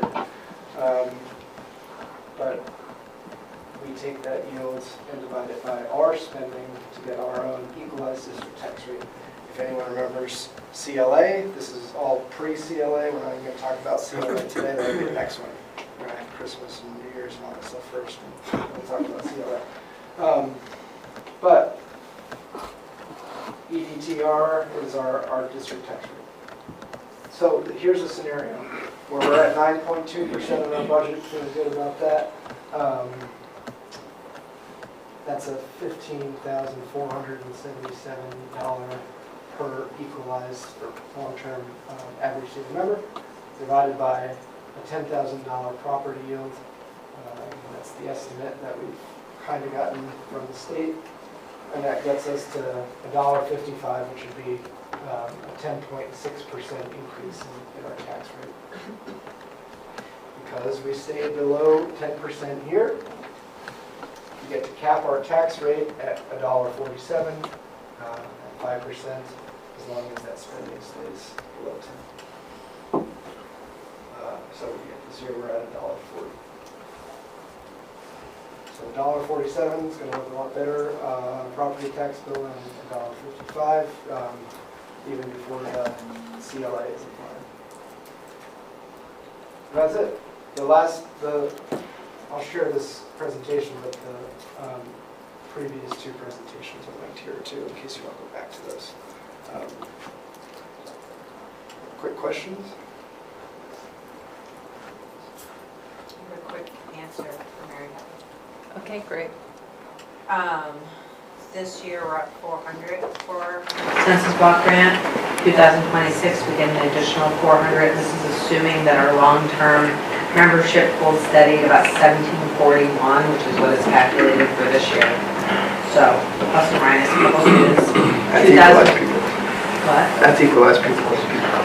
No, 1741 is the long-term membership for our SU. That's you're right, but not weighted. Oh, yeah, not weighted, no. 2027, which is when we go to full census block grant, and we rest at 2350, that's an additional 400. So between 25, 26, and 27, 400 times 3 is 1.2 million. That's more plus or minus. And I have the state every year sends a beautiful graphic, and every year we then get an email saying what needs to be changed in it. We can share this so that you can see, because you can see all the other districts, which I think might be interesting. I will say that the state has gone on the record and said that they're looking at about a 10% statewide increase to the ed funds need this year, which translates to like 170 million new money that the ed fund's going to need to raise. And there's no free lunch, right? So the way that the taxes work, taxes are collected in each town.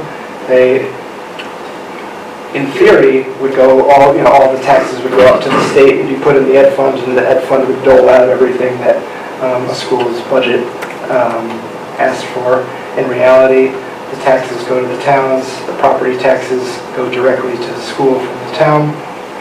If there's a shortfall between those property tax revenues and the school's budget, the non-homestead taxes are used to meet the need. If those do not meet the need, then money comes down from the state ed fund.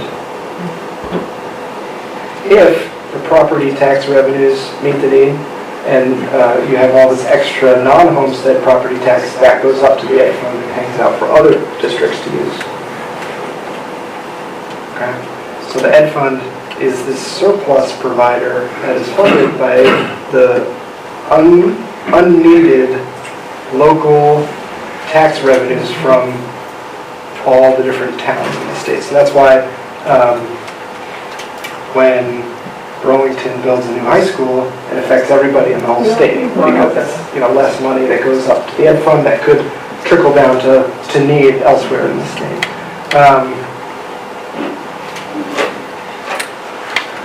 Yeah, and this is kind of a question for the board. I mean, this is kind of complicated, independent of the new calculations, just how that impacts tax rates and all that kind of stuff.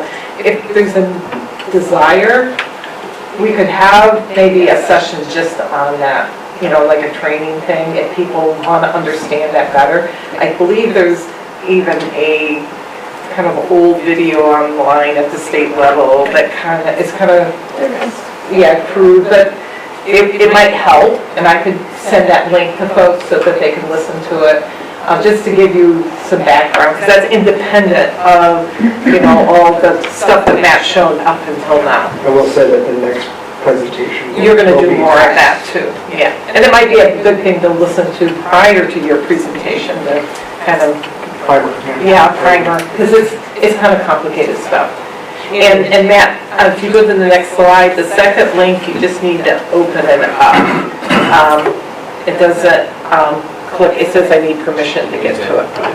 Oh, yeah, I'll set the... Yeah, the first one's fine, but the second one, just so you don't get calls from us all. Okay, thank you. Yeah, one other thing, and it came up in finance, because we heard all this before, was this whole, it's not only complicated to us, but how do we translate this into public information? I mean, if all of us that really want to understand this don't really understand it completely, then how is somebody going to understand it? I don't know. We didn't know what would be the best way to do it, but since it's December and we got December and January, and we vote on the budget, and then in March. Yes, Jamie. I have a budget method question, I think. I was thinking back to what we were talking about, the interventionist thing, the math interventionist, and you were like, okay, we have 2. And that's not enough. And then Ellen was like, we don't have enough people. Blah, blah, blah. Do we budget for that? Like, are we like, when we think of our budget, are we like, okay, we need more interventionists in math or whatever, wherever, like, do we identify like existing needs and then budget for that? Or do we say, we have this much money, we're going to do what we're doing now and sort of move it, or like, you know what I'm saying? It's more of like a, how does that? So there's two ways, right? There's with new money or without new money. And with new money is we have a need and we have the ability to bring new money in to meet the need, and we're going to do that. Okay. Without new money is we cannot bring new money in because of one restriction or another, blow the tax bill out of the water. And then there's a way to look inside the budget and to say, where can we find unspent money or some of these artifacts of pre-district budgeting represent money that could be repurposed, and we've done a good job of kind of combing through to find those. But the needs change year to year, right? And so by keeping the budget nimble enough to sort of adapt to need, you can say, all right, we can fund new need because this need has been met. And so we're moving the same money one year to the next to adapt to wherever the need is without necessarily representing a net increase. So I think first and foremost, it's can we do it without new money? And if not, what is our ability to do it with new money? Could be going out to get a grant, could be taking a closer look at what we do with our grant funds. A lot of solutions, but that's the method. Okay. Mary Heather? I guess I would also say, I think traditionally we've looked at our need in our current configuration. And so there's never been a sort of collective, like, okay, what is our district need and how would we address that in a different way than we've always done historically. And so I think that's the other element. Yeah, I guess I'm just thinking of this very specific thing, like how many math interventionists do we need? Like, do we ask that question? And if the answer is 10 and we have 2, then what do we do? And if the answer is 2, then we're good. But you said the answer is not 2. So then, like, what, so like current configuration, I don't know, like, what do we do with the budget-wise? If we have to, what is our response to that? We have an easy answer in the room right now, it's not enough. So like, what are we doing to prepare for that in the next year or 2? I guess that's what I'm asking, I don't. Exactly. Joanna? Yeah. And this is adding on to, I think, Mary Heather and Jamie's point is also how can we evaluate the effectiveness of what we're spending money on now? So I can look at some kind of big numbers here with contracts with CSAC and that are apparent, and are we evaluating that effectiveness? And I'm remembering back to one of Matt's many presentations about you talked to principals and sort of their needs, right, at one point, but it never came up that they needed more intervention. So how do we get to that answer? I know Nicole has her perspective. How can we get there? Yeah, I think it's a great question. I think that the CSAC contracts are a great example because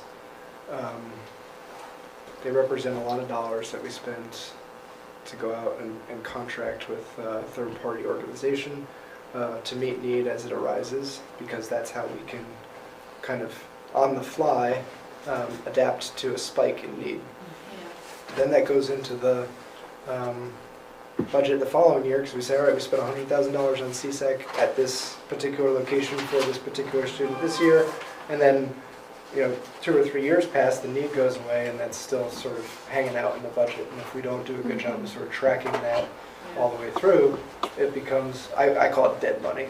Yeah. And contract labor is really easy to run into dead money on, and so trying to keep all of those things refreshed and active is a big task, and generally can be a way to find the ability to meet an emergent need as it arises. That's different than hiring an army of interventionists, right? Like, you can't do that with that. Yeah. And so I think that would, that to me would be sort of a budget driver, right? We would say, we can't do it this year because we're sort of between a rock and a hard place funding-wise, but as we move forward into our next budgeting year, if we wanted to set that as a priority and say, we need $1 million for intervention, let's put that into the driver's presentation and put, sort of push it through the entire process because the district has set that as a priority, and then it becomes something that we bake in that way as new money. And with a strategic plan, right? You know, part of the targets, part of the actions is to really have a better sense and a rubric for budgeting that takes the equity into place. So I'm hoping, you know, the hope would be as we move forward, we're going to have better look at, you know, where we're working well, where we're not, and, you know, have maybe better tools to see where we have a shortfall and, you know, how we're spending our money based on the equity. Yes, but that's one of the main purposes of having the strategic plan for equity and the work that's going into that and why it's so important to get that over the finish line, you know, so the implementation team can start taking a look at it. And, you know, so, which is kind of leading into what we're going to be talking about soon, right? You know, because we don't have the tools, right? We haven't had the tools up until now that has helped that much. So maybe this will be better, not perfect now, but maybe in the future we'll get better, right? Go ahead. Just a quick comment, what we can do right now is look at our first instruction and look at the resources we have there. So our elementary PD this year is largely focused on bringing all of our teachers back to a consistent page with math instruction. And there's a current pilot going on at Salisbury School with our Bridges 3 program, which is a math curriculum we'll update for next year. And then our early literacy work, which we've got a good start on and really honestly need to like dig into at the next level and continue. So there's this quote, you can't intervention your way out of ineffective first instruction. And I think that is something we can do right now, is look there and keep working. Cool. In Thank you. Thank you. On a more positive note, thank you. Okay, so I'm going to move us on. We're running a little late. Under the next item, report of the chair, I just wanted to briefly talk about something we never came to closure on, which was our board meeting locations. In the past, every month, one of our board meetings was at a school. And this year, because of the superintendent search and all this extra, we didn't really schedule those. And I'm kind of proposing for this year that we'll keep at the central location where we are, and not necessarily, because we wouldn't be able to hit every school at this point in time now, because you really need to start in September to do that. But wanted folks' thoughts and feedback on that as well.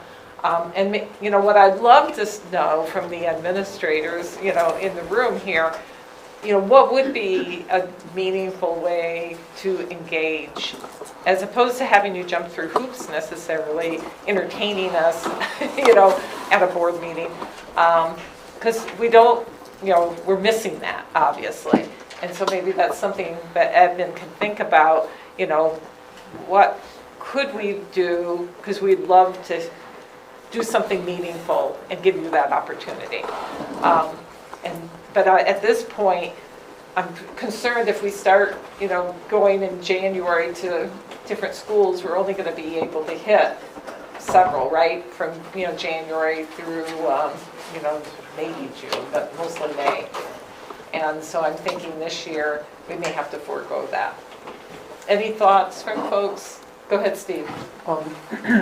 So when we were doing that, in person was fine, but the technology that we were using made broadcasting, especially people who are joining us now with Zoom, almost impossible. Yeah. And we've got to find a solution to that if we're going to do that. I mean, the most complaints we heard were I couldn't hear, the audio quality was poor, and this is a controlled environment. I mean, we have control of this environment.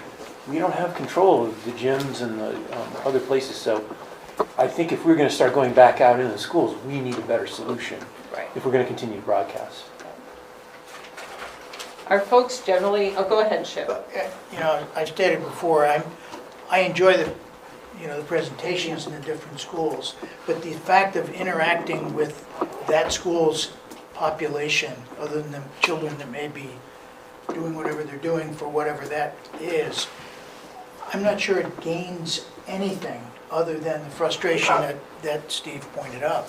Maybe politically it's helpful, but I just never felt that it was worth the effort in order to gain that type of thing. And I don't know how we could have different schools give us presentations in a central location. That's probably not practical either, but that's my problem with it, honestly. Mary Heather? I agree with both. However, I think it's really important that all board members set foot inside of the district's buildings. And that seems to be currently the only time that happens.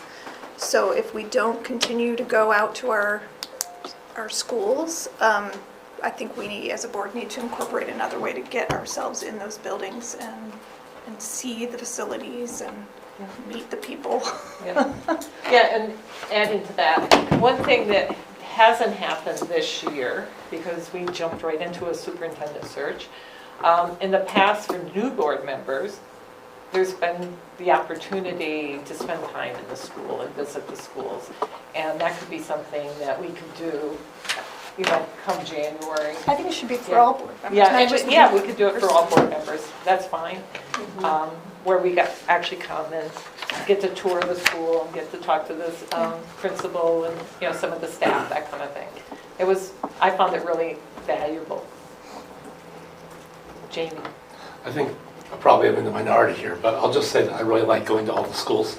And I feel like if we had a little bit, not blaming us, but like clear communication about what we expect from when we go to a school, like maybe better outreach to like the community around there or their friends of groups or whatever they have to get more people to come out. I feel like the one times I've been in those places, we've had some pretty robust engagements with some of the community.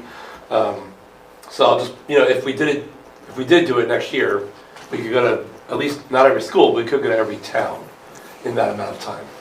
I say this as someone who frequently went to the wrong meeting place, nonetheless. Yes. I just found it valuable. It's hard to get people to come here. I mean, Mary Slowstar is here every day, but it's hard to get people to come to our meetings. And going to them is great, it's fun. So I would just put that out there as a supporter of that thing. It's okay if it's voted down, but. Yeah, I agree with you. But, go ahead. I was just going to say, I absolutely agree that we should be making an effort to be in all of those schools. My concern, and I was only at a few of the out of here meetings, was the presentations and kind of that beginning site-specific time took a lot of time. And our meetings have been chock full so far. Yeah. No, to me, this is the norm, yes. so. It's tough here. Yeah, that's true. So I feel like, don't get me wrong, because I absolutely feel like we should be making an effort to be in all of the different towns and the different schools. I don't know if our regular board meetings are the way to do it. Yeah. So, go ahead, Lindsay. Yeah, it's sort of, strange to always be in Middlebury. I've tried to participate via Zoom and I couldn't even participate, there was one meeting, I think it was Bridport, where I could not hear anything that was happening, so neither could anybody else. It was just because of the acoustics in the gym. So I don't know how we resolve that if we are in the actual space, but I feel like it's imperative. We just have to be in the school somehow, and so when we were at the schools, I was often disappointed with how few people were there. It would be, okay, these 6 kids are presenting, and they would have 1 or 2 parents, and as the moment they were done, they would leave because it was late and they needed to get home. Mm-hmm. But I don't think that just leaving it up to each individual person, it's just too complicated and cumbersome to try to say, okay, how am I going to go to every school and who's going to schedule it? I don't know. How can we come up with a way that every one of us goes to every school every year? What would be the plan? If we were doing the meetings, traveling, to different places for our meetings, I would prefer to arrive early. Like at Mesa, for example, they do a principals roundtable and then the Mesa meeting. And, if there was a way where we showed up early, where we specifically were interacting or viewing, or there was a really clear expectation of what information we're trying to gather or share reciprocally. But I wouldn't want to just drop the travel. We haven't gone for a long time, and Since the school year started, we haven't. yeah, and I miss that. There was something valuable about that, but it was very time consuming and inconsistent as far as in some places we got a presentation about literacy, and other places we just got something, really valuable but different, like where it was, you got to see a project that the kids did, but it didn't come along with any data, or sort of training or new information, other than like what we were gaining was also valuable, but just different than what the charge of the board is in that moment, So I don't know how to, And one thing, last year, I tried to make it to the 5th grade projects, and for me, that was pretty cool, right? And it was happening anyway, so we weren't having the school be, putting something on special for us, but we got to interact with parents. There were parents there. There were kids, showing, and presenting their project, which was really pretty cool. So maybe we could advertise those better as a board, so some folks can really get the opportunity to go to those, because I found that to be really valuable. Mary Heather. Yeah. Well, two things. I think we should probably wrap this up, and I was just going to suggest that maybe we just need to look into the technology aspect of it and see if maybe the gym is not the best place to do it, maybe the library is, or maybe a classroom is or something. So that's one aspect. The other thing is that, and I'll mention this at the committee updates, but the Communications and Engagement Committee is working on requesting or asking principals and folks in the buildings themselves to, when is the best time for the board to come and provide, even if it's just a couple of board members to be there and offer more or less formal engagement. And so that's just another way that we can be reaching our communities in a more meaningful way. So, so I think we need to kind of do all of the above. Yeah, and if you have ideas, definitely shoot them my way, and we can kind of accumulate those ideas. But I just wanted to talk about it because we didn't do it this year, and we had good reason. But it's something that we never really come to a consensus on. Yeah. I don't mean to speak on the turn. No, please do. I did see you. I did see you. No, that's great. I think the question comes down to what's your goal of the meeting, or coming? Is it to see what students are doing and see kind of the curricular end, which means you'd come during the day? If it's about engaging with the community, really you'd come at night, I think. And I think in my initial mind, it's community events. As an example, on December 8th, we're having a spaghetti dinner and bingo night, and then we'll have some raffles and things like that, right? You come there, you sit down, you have dinner with people, you talk to them about what's going on, you play a little bingo. I think that's how you connect with people in those communities in the school, because those are the events that we build to build community. Right. So identify the events that we do to build community and then go to those events. So we need to get those on our calendars and yeah, absolutely. Thank you. Absolutely. Okay, I'm going to move it forward.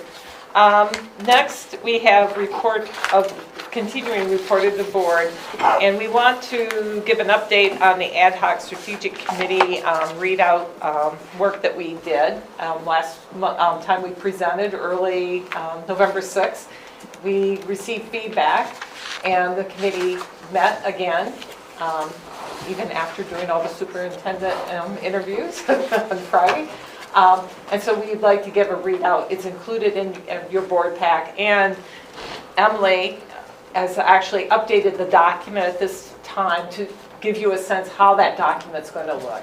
So Ellen's going to help kind of step us through some of the changes.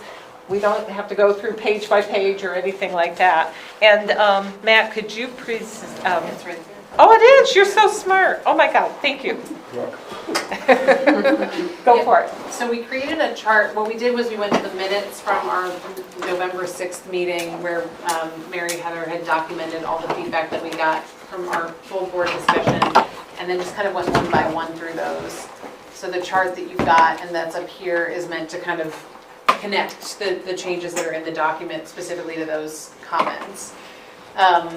So there was a comment about belonging and whether or not 100% of students, if that was the right metric for a target, and so we replaced that with all students instead of 100%. The next one down is, should targets have this level of specificity? And this was a bigger question about whether or not the board should adopt a strategic plan with really ambitious and also numerically specific targets, which there are many of in the draft that we've got. And we talked about this and sort of felt like it's worth keeping them in the places where they exist, if for no other reason than to have something that you can quantifiably measure progress against.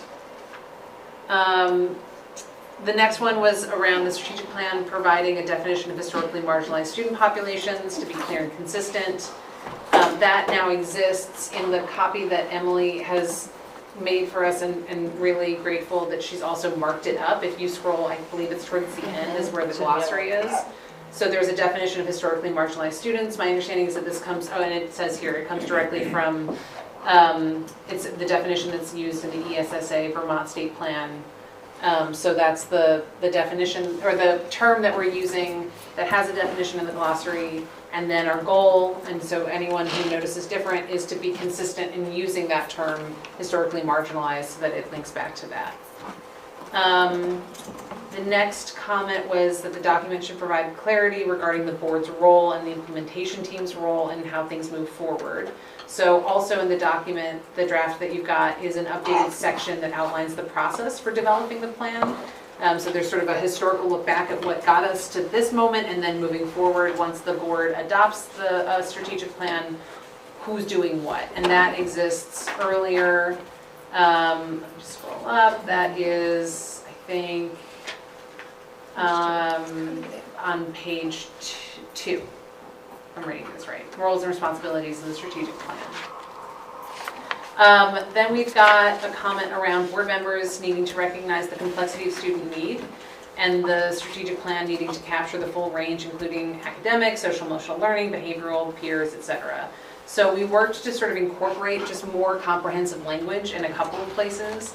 Under Goal 2, Target 1, we included, so I think it had read in a way that didn't really get at student needs specifically, and then we added comprehensive data sources are used to identify and understand the academic, social, emotional, and mental health needs of all students. And we also tried to be more comprehensive under Goal 2, Target 2, by, again, adding in some more explanation of what types of needs, or sorry, this is more of a callback. This is where we said, sorry, the full range of student needs. So that's going to come right under Target 1, where there's sort of spelling it out and then calling back to the full range of student needs. And then Goal 2, Strategy 2 was modified to the language collect, analyze, and report on the full range of student needs and resource allocation data. Then, oh yes, bless you. The next one was, where does the board support for an expectation of professional development fit into the strategic plan? There was a lot of discussion in our November 6th meeting around whether that should live under Goal 2 or Goal 3. And we had looked at language that was in the Burlington strategic plan as sort of a starting place. So we added under Goal 3 a new strategy 4 that reads as follows: prioritize coherent and transparent professional development that aligns with district goals and targets, supports staff growth, and values diverse identities across our district. So this is a new strategy that we added. The next major comment that we sought to address was around the graduation target under goal number 3. So if you recall, I think that it was written as the 4-year cohort high school graduation rate will increase to at least, or to 95%, I think we had it at. And that sparked a really great discussion around who's not captured in graduation rates and different student experiences that should be measured as success even if it's not a graduation rate. So we modified that goal, or that target down to at least 90%, which isn't so far off, but would still be an ambitious increase for our current 4-year cohort high school graduation rate. And that was the major change in this. The second half, which is the decrease in the graduation rate the gap between historically marginalized students and not. That's consistent with what you all saw earlier this month. And then we also added in Goal 3, Target 5, new language, which is highlighted, which is...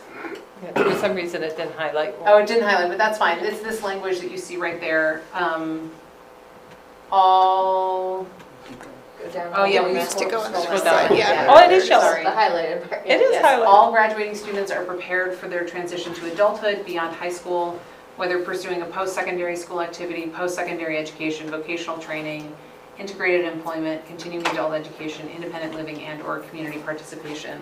Mary Heather, this is the language you tracked down. I grabbed it basically from listening to the recording. That's right, Nicole had sort of quoted this for us. Yeah. And she went on So vacation. if there is so- a more refined, that's what we did in the Vacation. interim, if there is a more refined or succinct way of conveying this idea, we Yeah. can certainly make that change, but that's kind of what I heard on the recording, so that's what I transcribed. Pretty good. The next comment that we were working to address was restructuring the action steps into a different section. So this was part of kind of trying to figure out how to recognize the really excellent work by the action team, but also recognizing that that those action steps are not receiving the endorsement of the board. They're not sort of being voted on as, and so this is what the district will do, that the work of identifying the way to get to meeting these targets and the strategies and the goals that we adopt will be developed by the implementation team. So you'll see in the draft that Emily sent around, there's a new section that calls out the recommended action steps by the action team and also provides some context and background on the process by which they identify those action steps and tries to link them to the goals that they're meant to be attached to. And then there was public comment feedback from Mary Slosar that we tried to integrate in specifically by adding a new strategy 5 under goal 3, which is worded here. If you scroll down, Matt, thanks. So new strategy 5, continual evaluation for improving consistent delivery of the district's coordinated curriculum to ensure student success. And then another new strategy 6, prioritizing early identification of developmental delays and disabilities or students at risk of developmental delay or disabilities to ensure early interventions that address student needs. So those were 2 additions on the strategy front based on the public comments that we had from November 6th. And then I think another change in here that had already been in the works that I noted was that Emily added in on page 1 context and data. So there's some new explanation of kind of the problems, if you will, or the challenges and the information, the data that informed our understanding of that this plan is partly meant to address. I think that's it. So the new version of the document was in board pack. And so I'd like to just open it up to see if folks have any additional comments on it. We could go through page by page, but you can also read it, So If I can make a general comment, Emily, thank you for putting this together and thank you for the way you've done it. I really like the arrows and the color coding, and it makes it a lot easier for my brain to parse what's changed, what's new, and how everything's working together. So thank you for your hard work and the time you put into this. It's appreciated. You're very welcome. I'm noticing a few errant arrows. It's okay. That's it. And there have been a few rounds of revisions within the ad hoc committee's work, so just note that I may have missed some of the blue sections because I did it and then they became the most recent version, and so there are a few things around copy. Go ahead, Ellen. I have one general comment, which is that in here I've noticed that the targets are written as proposed targets, but I think those are just targets that we're adopting. Yeah. So I would recommend that we take proposed out, unless that was meant to. No, that's, and I'm just noting the other thing, which is that we added an appendix, which we haven't had in here. Oh, Yeah, right. thank you, Okay. thank you. And those are all hyperlinked. So- A lot of the big documents we've been talking about. Jason, go ahead. I just want to say that the, how do I say this nicely? The distance that we have come in the last 2 months from Yes. what this document was 2 months Yeah, ago yeah. to what it is now is like just miles. we've Yeah, yeah, traveled. yeah. So I appreciate that. All the work of everyone on the ad hoc strategy committee. Thank you for that. Thank you for that. One thing that's the recommended action steps, they still sound like, I don't know, I read through it and it's not super clear to me that these are not recommended by the school board. And it says that they're recommended by the action team. And it goes on to say that the board's intentionally including these. And it's like, yeah. So to me, it's still like if you just read this real quick, you'd say like, yep, the board's recommending all these action steps, right? And so I just want to be, I'd like your feedback, other board members, if you feel the same way or if I'm just paranoid and should we change anything there or leave it as is? Maybe it's the heading, how we call it. You know, I think we toyed around with the wording of suggested action steps, which I think is a little softer. But, yeah. Anyway. Lindsay? If there's a way to do that, you know, from page to page, you know, if, I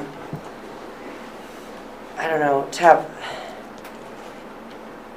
I don't know how you would do it, but like with the way that it's broken out, to have the name, you know, what section it's under or something, or different colors, yeah, because that was one thing I was concerned about by breaking it into two things.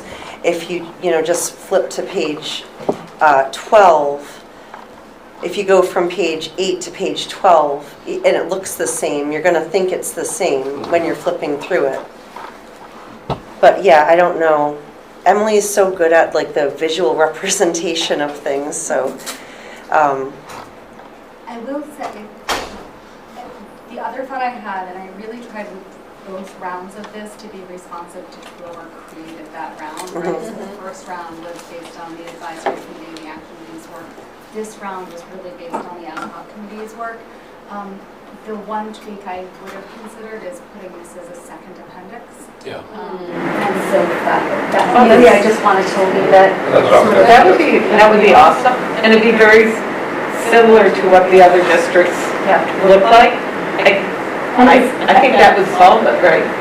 As a practical matter, to Lindsay's point, as we had discussions, these recommended action steps are really for the implementation team. Yes, exactly. Online, so Exactly.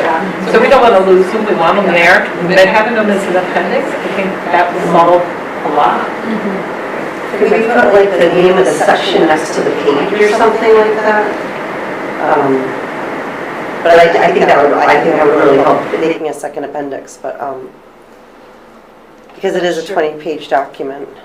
It's not loading here, but get it down if you let me put it as an appendix. You what? We get that page number down if you let me. Okay. Put it as an appendix. Okay, Suzanne and then Mary Heather. On page 8, strategy 3, to hire staff with diverse identities who are onboarded, coached, and mentored to achieve stronger retention. I just wonder about the wording. I mean, it's always everyone's goal to have a diverse staff, but are we saying we would hire individuals because of the diversity and maybe not necessarily because of that they're qualified as the next person? I'm just wondering. Like affirmative action. I'm sorry, and I couldn't hear that. Mary Heather, did you hear what she? Yeah, I think it's really targeting as to whether or not we would be doing affirmative action. Oh. Is that what we're saying? I mean, I know a lot of places now are saying that, you know, on their, and they have a job description out, they say, you know, people with diverse identities are strongly encouraged to apply. But if you say, if you just come right out and say hire staff with diverse identities, A, you can't ask those questions legally. So I don't know how we would accomplish that. The same way Yeah. everyone does. Yeah. You just In do. your recruitment Yeah, efforts. you recruit, you retain, you mentor. There are other places in the plan where there are targets for professional development, there are targets for academic achievement, there are targets for having strong teachers, a strong workforce. So no, I don't think that we're opening ourselves up to token hiring. I think that this is just really stating clearly in a plan that's meant to center equity that we should be prioritizing diverse identities and how we consider who we're hiring, but not just to hire a person based on their diverse identity, to make sure that there is a well-rounded approach within our district to prioritizing, reflecting in our staff who our students are. So I hear you, Suzanne, but I don't read it that way. And I do think the plan itself, taken as a whole, ensures a real commitment to investing in our staff and also making sure that there are strong outcomes for everybody. I agree. I was just wondering how we can accomplish that when you can't ask people those questions. You can't ask them,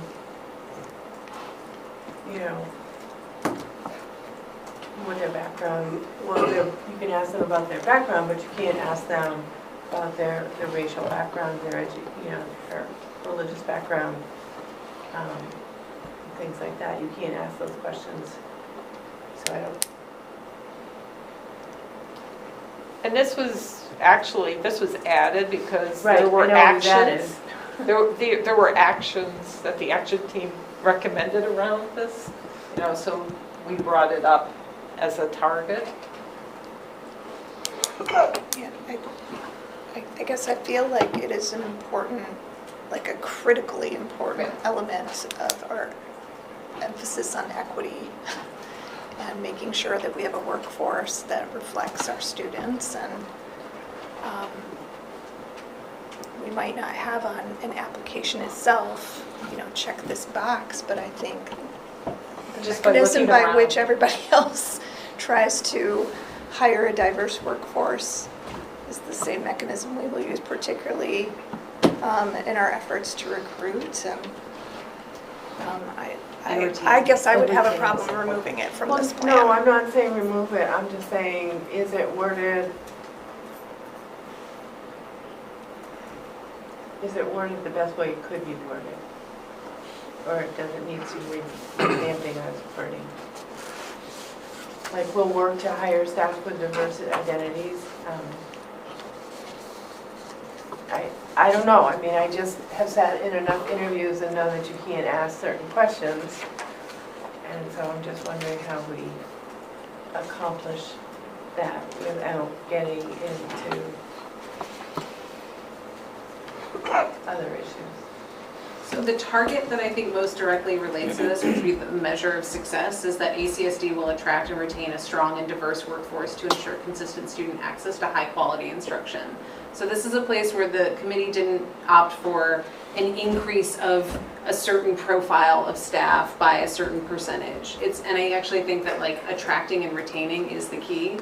So that it's not so much about am I allowed to ask a question of a person to ascertain whether or not they are diverse, they identify in a way that would increase a diversity score such that X, Y, or Z. It's not like the weighted scales of what we're talking about with the budget. I think it's more about creating an environment and a district that is both welcoming and attractive to people who self-identify in one way or another that would mark a measure of diversity. And then you just do everything around it so that those people want to come into the workforce and then they want to stay. Yeah, and are supported once they're here. Right. Exactly. Underscore that. Yeah. Like I said, I have no problems with doing it. I just wanted to make sure that it's worded correctly and that it's something we can actually carry through with. Lindsay. I hear what Suzanne is saying, and it can read as affirmative action, and I don't know how you'd better say it though, like support staff or with a diverse identity. because I think what Ellen's saying, like, just to be sure it's captured, that it's so much more than just the hiring process. It's just creating a whole environment of a supportive environment where people will talk amongst their colleagues or peers to say, oh yeah, I'm having a great experience at ACSD, and they didn't know I identified this way, but I felt comfortable sharing that I do identify that way with my coworkers and the kids in the school or whatever. So maybe it's the word hire, because that is tricky. In the moment when you're interviewing somebody, you really don't know in that moment how someone identifies, but what we want is for people to feel comfortable being who they are and sharing with our community who that is. So maybe it's the word hire. Yeah, that's the word. I agree with the whole concept behind it and the goal, but we want to do so much more than just hire those people, and that's partly captured here. Eddie wants to help me out. So correct me if I'm wrong, but does this mean that in the hiring process, you're gonna give like preferential treatment to people with diverse identities? No. Because when I read it, that's exactly what it sounds like. So if that's not, I think I agree with Suzanne that wording needs to be changed. Because when I read that, I think that says, okay, we are going to prioritize hiring diverse identities just as much as we might prioritize hiring the best teacher for the job. And I think equity will go a long way hiring the best teacher. And if they come from a diverse identity, that's great. Perfect, that suits a bigger goal that you're looking for. But like, it can't just be about wanting to do this to just be like, oh wow, look at us, look at how diverse, we have this thing. We hired not the best teacher, but we have more diversity than any other district. I don't know whether that's what would happen here, but that's what it sounds like to me when I read it. Can I make a quick suggestion? Just a second. Sure. I don't know, maybe hire is the key word here, maybe attract staff with diversity. Because that's what we're trying to do, is have people who want to be here and add to our diversity and want to stay here. And again, I understand your point too, totally. Because that's sort of how I read it, as you did a little bit. So I'm going to have Joanna and you. Oh, I wanted to maybe focus on the retention and maybe like offer a robust onboarding and mentoring and coaching program for new hire. Like if the target is to attract and retain strong and diverse workforce, we're going to do that by having a robust and a lot to offer that new teacher, right? So what does that help? Is that complicated? Yeah, I was going to ask if we changed words from hire to ensure staff with diverse identities are onboarded, coached, and mentored to achieve strong retention, if that feels better to folks.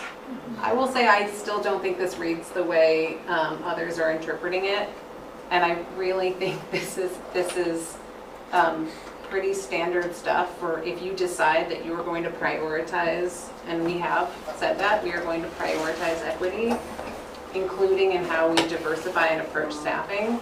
You have to name part of the action, and part of that action is hiring and retaining. So, if that feels like. Repeat what you said. Ensure staff, I think we could say attract staff with diverse identities, or we could say ensure staff with diverse identities are onboarded, coached, and mentored to achieve strong retention.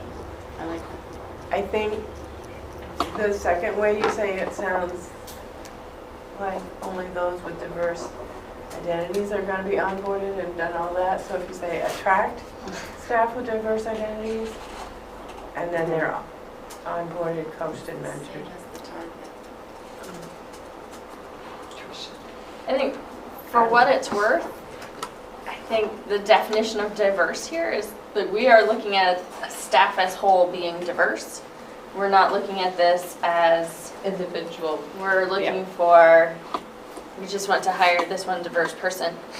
We want to hire this one diverse person. Like we're building a full, we're hiring a staff with diverse identities who are onboarding Christian mentor. So I like your ensure staff, or I like the ensure version. And I think it's important for us to maybe not get too micro in this, like really remembering that we're talking about big picture and not down to the individual. I had something else to say, but I lost it. So we'll go with that for now. Steve? I agree with Ellen. I think higher needs to be in there. Because it's, I mean,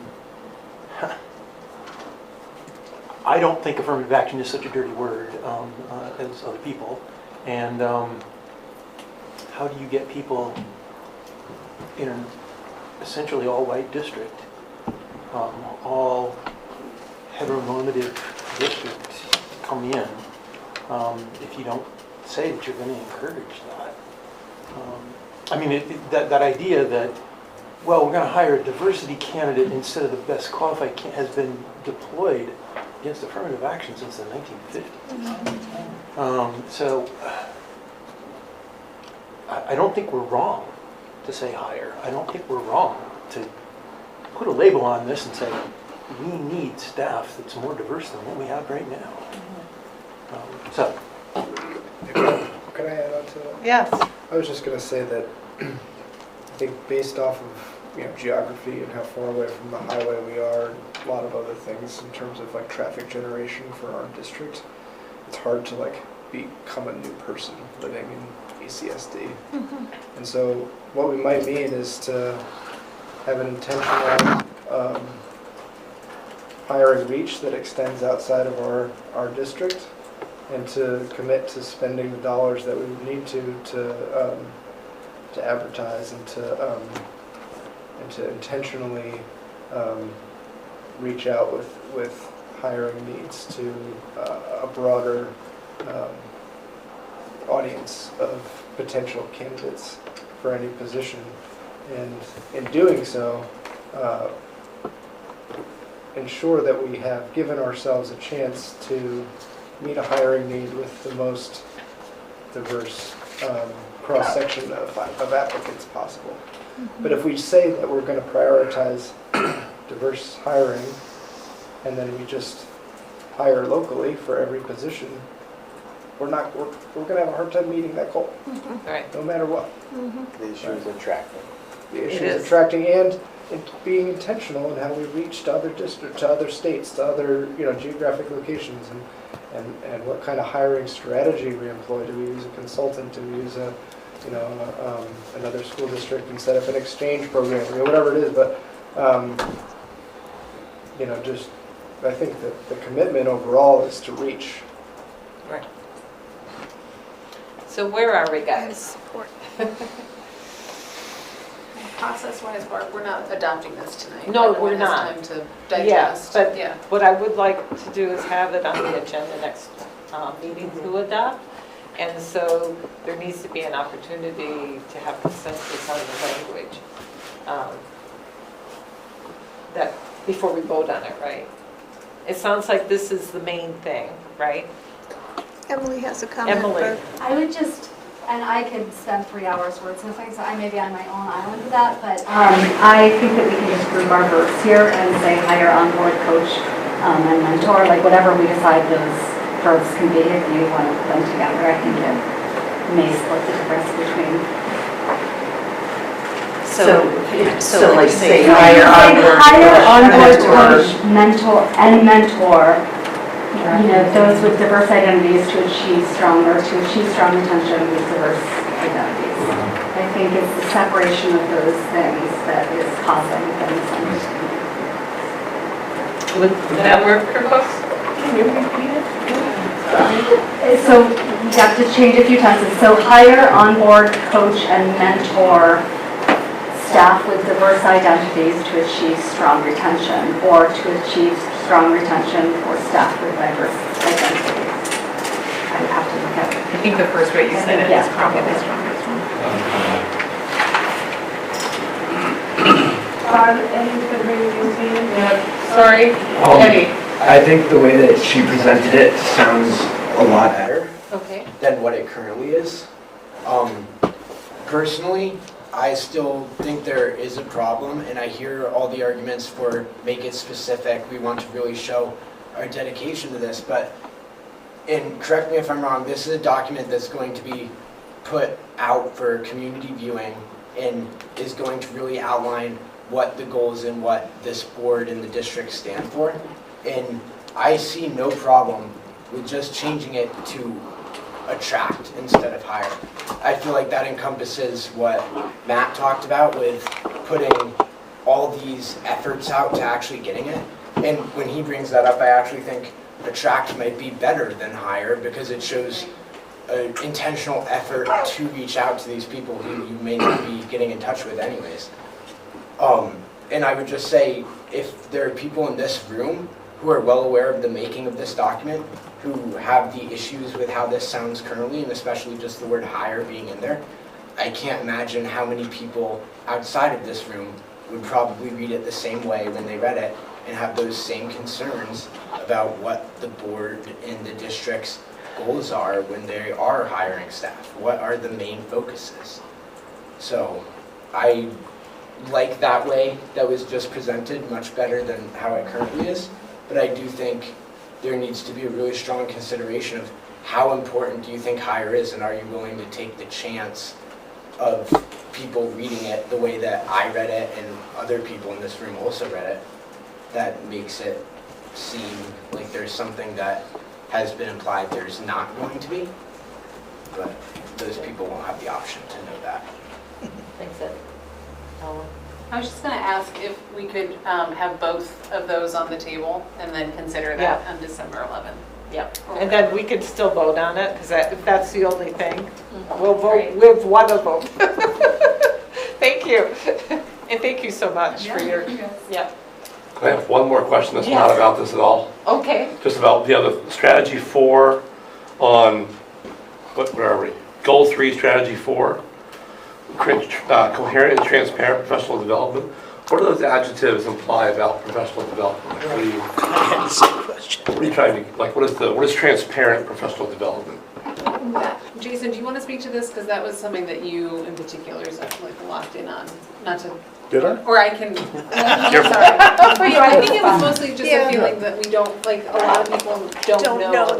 their teachers' training. Right. Like, Just trying to make what it training more- have our teachers received? Yeah, what do they do on early dismissal days? Yeah, I don't think it means like they're all recorded for, I mean, No, again, but- there's a world of implementation that. What do you mean? What do you say? Well, that folks and parents in the community have a sense of the training and professional education, or, professional development. Oh, that goes on. That their teachers have received, Yeah. Transparent to the community. Well, and to us too, right? I agree with that sentiment. I don't think it's So conveyed here. that's what we were talking okay, about. I agree when with we that sentiment were wholeheartedly. talking about transparent.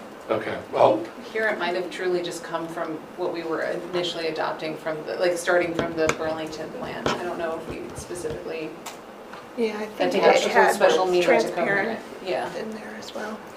okay. Okay. Lindsay. Could we add a definition of diverse identities to the glossary? Or could we take a stab at that? And I think Matt's comment was really practical, and that would empower a line item for like moving expenses or, the search or something. I think that's great. And one other thing I just wanted to ask about with the formatting, the endnotes are hard to read because the font is smaller and the spacing seems a little bit tighter. And is it possible to maybe just like, it's okay if there's Help me more. off my page numbers, and I Okay. can expand everything. No, and also I think specifically I need to realign those endnotes Yeah. to their right place. So yes, I can do that. I think it's like, I don't think it's a problem to have more pages if it makes it more readable when you're formatting. I don't know how other people feel about that, but if there's ways to format it so, using your tool, the visual tools of like different colors or bullets or graphics or whatever, then I'd rather have it be 30 pages long and really readable than 20 pages and super tight, you know? But it looks fantastic. You've worked so hard on this and you've like stuck through a lot of changes, so thank you, Just Emily. one quick comment on that, and it's more formatting. If in fact we're concerned that the action steps recommended, or whatever term we're going to use, maybe just increasing that blue space which defines that they are recommended by the action team, and increase that a little bit so it's a little more prominent and you're more apt to read it. Right. I didn't read that, and then I came back to it. I mean, it was just, I was reading stuff under it. So, I don't know, that's a little, And that almost it's not my needs to be job, moved but up to the I, next level. Because it applies to all the goals. right. So it could be up underneath the very first number 1 heading. Because that is repeated throughout, that's for every single goal. Right. Cool. Anything else? So it sounds like, you know, we have a few little things that we're in good shape. Yeah, we're within reach, I think. We're within reach. Yeah. Now we put it in Emily's wonderful hands. Oh my gosh. Okay, thank you. So let's go through and just do a quick update on the committees. If there's hasn't been any activity, just say there's no activity. So we can start with communications and engagement. Yeah, the last thing we've done is just reached out to our building principals to see about, you know, when is going to be the best time for their communities, for having a couple board members show up to kind of sit and listen, and also provide whatever updates we have to provide on the strategic plan. That's pretty much it. So I'm just getting some emails back from principals now that Thanksgiving's over. Okay, Jason?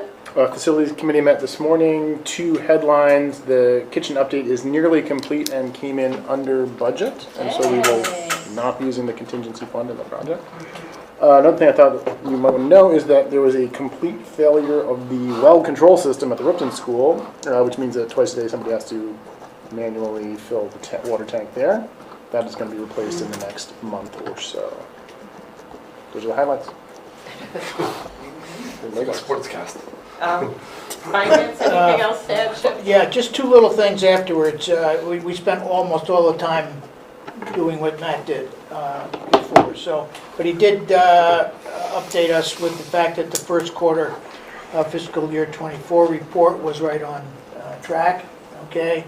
And for one of the first times we've had to do this, we had to borrow, and I think you said $1 million, Matt, right? Yeah, $1 million on short term to cover cash flow because Middlebury changed to a 2 installment tax collection dating. So the first collection was not until now, or November. So that's been paid. It's pretty normal to use the line $1 of million? I don't Yeah. know. It was? Okay, well. It's not been drawn on for the last couple of years because we've been really flush with cash because of ESSER. But I think that as the Okay. construction Right, projects. well, How I did they have misread it? that then. Thank you. Okay, that's all I have. Awesome, negotiations. We have met with the teachers. It was a very nice meeting, and we are hopefully going to exchange proposals this Friday. Awesome. So that is well underway. We meet with the support staff tomorrow. Excellent. So we are going to get our first meetings in before the end of November, which is good. Good, good job, thank you. Policy, Suzanne. Policy, Matt, we were supposed to have some policies tonight, but obviously the night is late, and so those should hopefully show up in December. And we spent the entire time talking about the new Agency of Ed wellness policy, which has a lot in it. Yep, we'll just leave it at that. And anything through the Hannaford Career Center, Tricia and Steve? Open house went well. You did. We I didn't, still wasn't don't able to have the go. tuition numbers that you're waiting for. Yeah. But yeah. Ellie was there. I mean, I saw Ellie. If I missed Excellent. anybody else, Yeah. Yeah. sorry I missed you, but it was great to see Ellie there. I have tried, but I understand. yeah. CPAC. CPAC had their literacy event a couple weeks ago with Heather Gibo. How kids learn to read and what that means for our district, I think is what it was titled. I think it was Yeah, I actually listened to it afterwards. It sounded good. It was good. Parks and Rec, anything? Nothing new. Okay, and Middlebury Community TV did not meet in November. Okay, so, thank you. Moving to public comment on any topic. We need to look and see who's attending as well as in the room. Let's start with attending. If you could click on that tab for me. Anyone attending would like to make a public comment on any topic? Raise your hand, your Zoom hand. Seeing none. Anyone in the room? Okay, thank you. Gave me some time. So the next agenda item is to go into executive session for personnel and board member performance. In this particular case, we will be coming out of executive session and most likely be taking an action. So I'm wondering if it would be good to have the MCTV stay, just set up so that we could get the whole thing on the tape. So they would just, we'll make sure it's not recording. Yes. Yes. Well, yeah. Very short. Otherwise, we won't have that included on there. So, Jim, would you be okay with that? Yeah, I can do it. Okay. Is it going to be, you think about 20 minutes? Well, it may not be, yeah, I think 20 is the most, right? Effective July 1st, 2024, pending contract execution and approval by the Vermont Agency of Education. July 1st, 2024, pending contract execution and approval by the Vermont Agency of Education. I don't know how to make that quiet down. He was checking to make sure. Is there a second? Sorry. I just did your volume down, Jason, I'm sorry.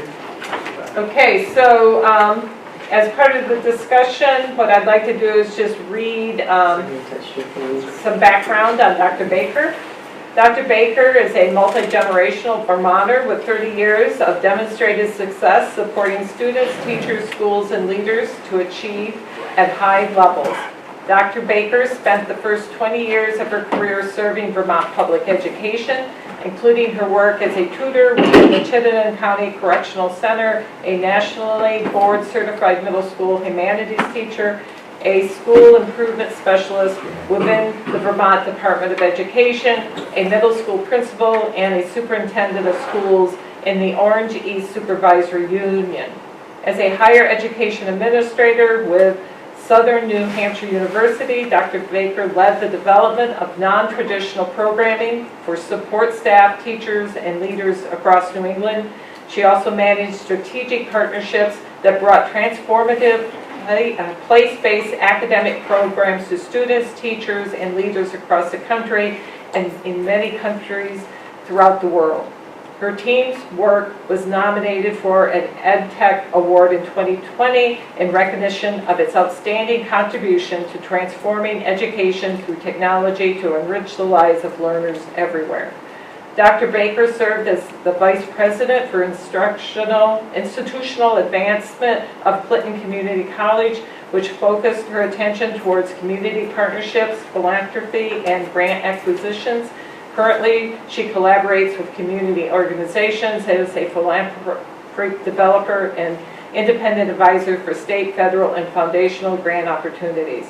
Dr. Baker's passion is deeply rooted in social justice and equity. Alongside her full-time roles, she has sought to gain perspective across cultural contexts as a consultant with more than 50 diverse organizations across the United States, in Liverpool, England, and in Johannesburg, South Africa. Since 2013, she has developed and taught graduate coursework and advised doctoral research in equitable teaching and leadership practices, socially just public policy, and positive organizational development.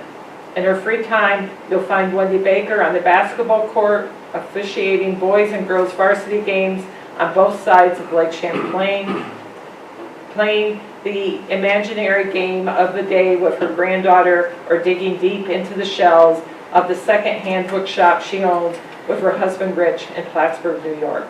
She looks forward to getting to know the priorities, people, and communities of Addison Central School District more deeply in the coming months.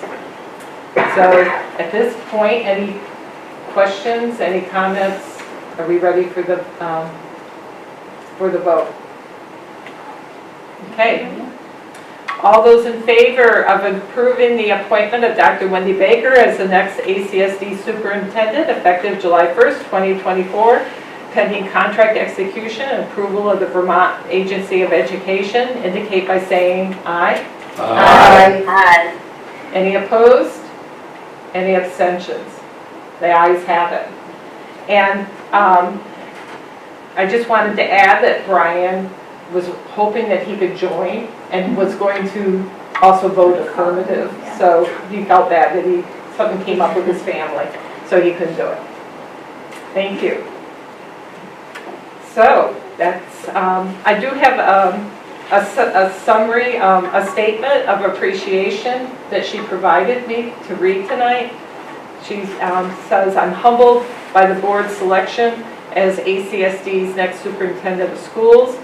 The communities of this district are known widely for their dedication to the education of children and youth. I'm delighted to have the opportunity to join the district's talented team. It's an exciting time to be in the field of education. The young people I know inspire me. They're well positioned to realize their potential and are deeply interested in translating knowledge into actions that make our world a better place. Our school systems have more options at our disposal than ever before to prepare students to live the lives of influence they envision. I look forward to getting to know the ACSD community in the coming months and welcome opportunities to engage with ACSD's community partners, leaders, families, teachers, staff, and students as Dr. Williams and I work together in transition. Best wishes to all throughout the district for a fruitful and promising new year. Okay. Okay, thank you. So, with that. I just want to, again, thank you, Barb, for all your work in buttoning this up, this lengthy process up. I'm really happy with the result, and thank you to everybody on the board for working together on this. I think we're all really excited moving forward. Thank you. Thank you. And as you said, thanks so much to the community who stepped up and came in to give us their feedback and their thoughts on our candidates. It was really incredibly valuable. Yes. Yeah. Absolutely. Okay. Well, should we adjourn? Motion to adjourn. Okay. Second. Thank you. Sorry for the late night, guys. Good night. Thank you for the good work. Thank you, guys. So now it's public. Now it's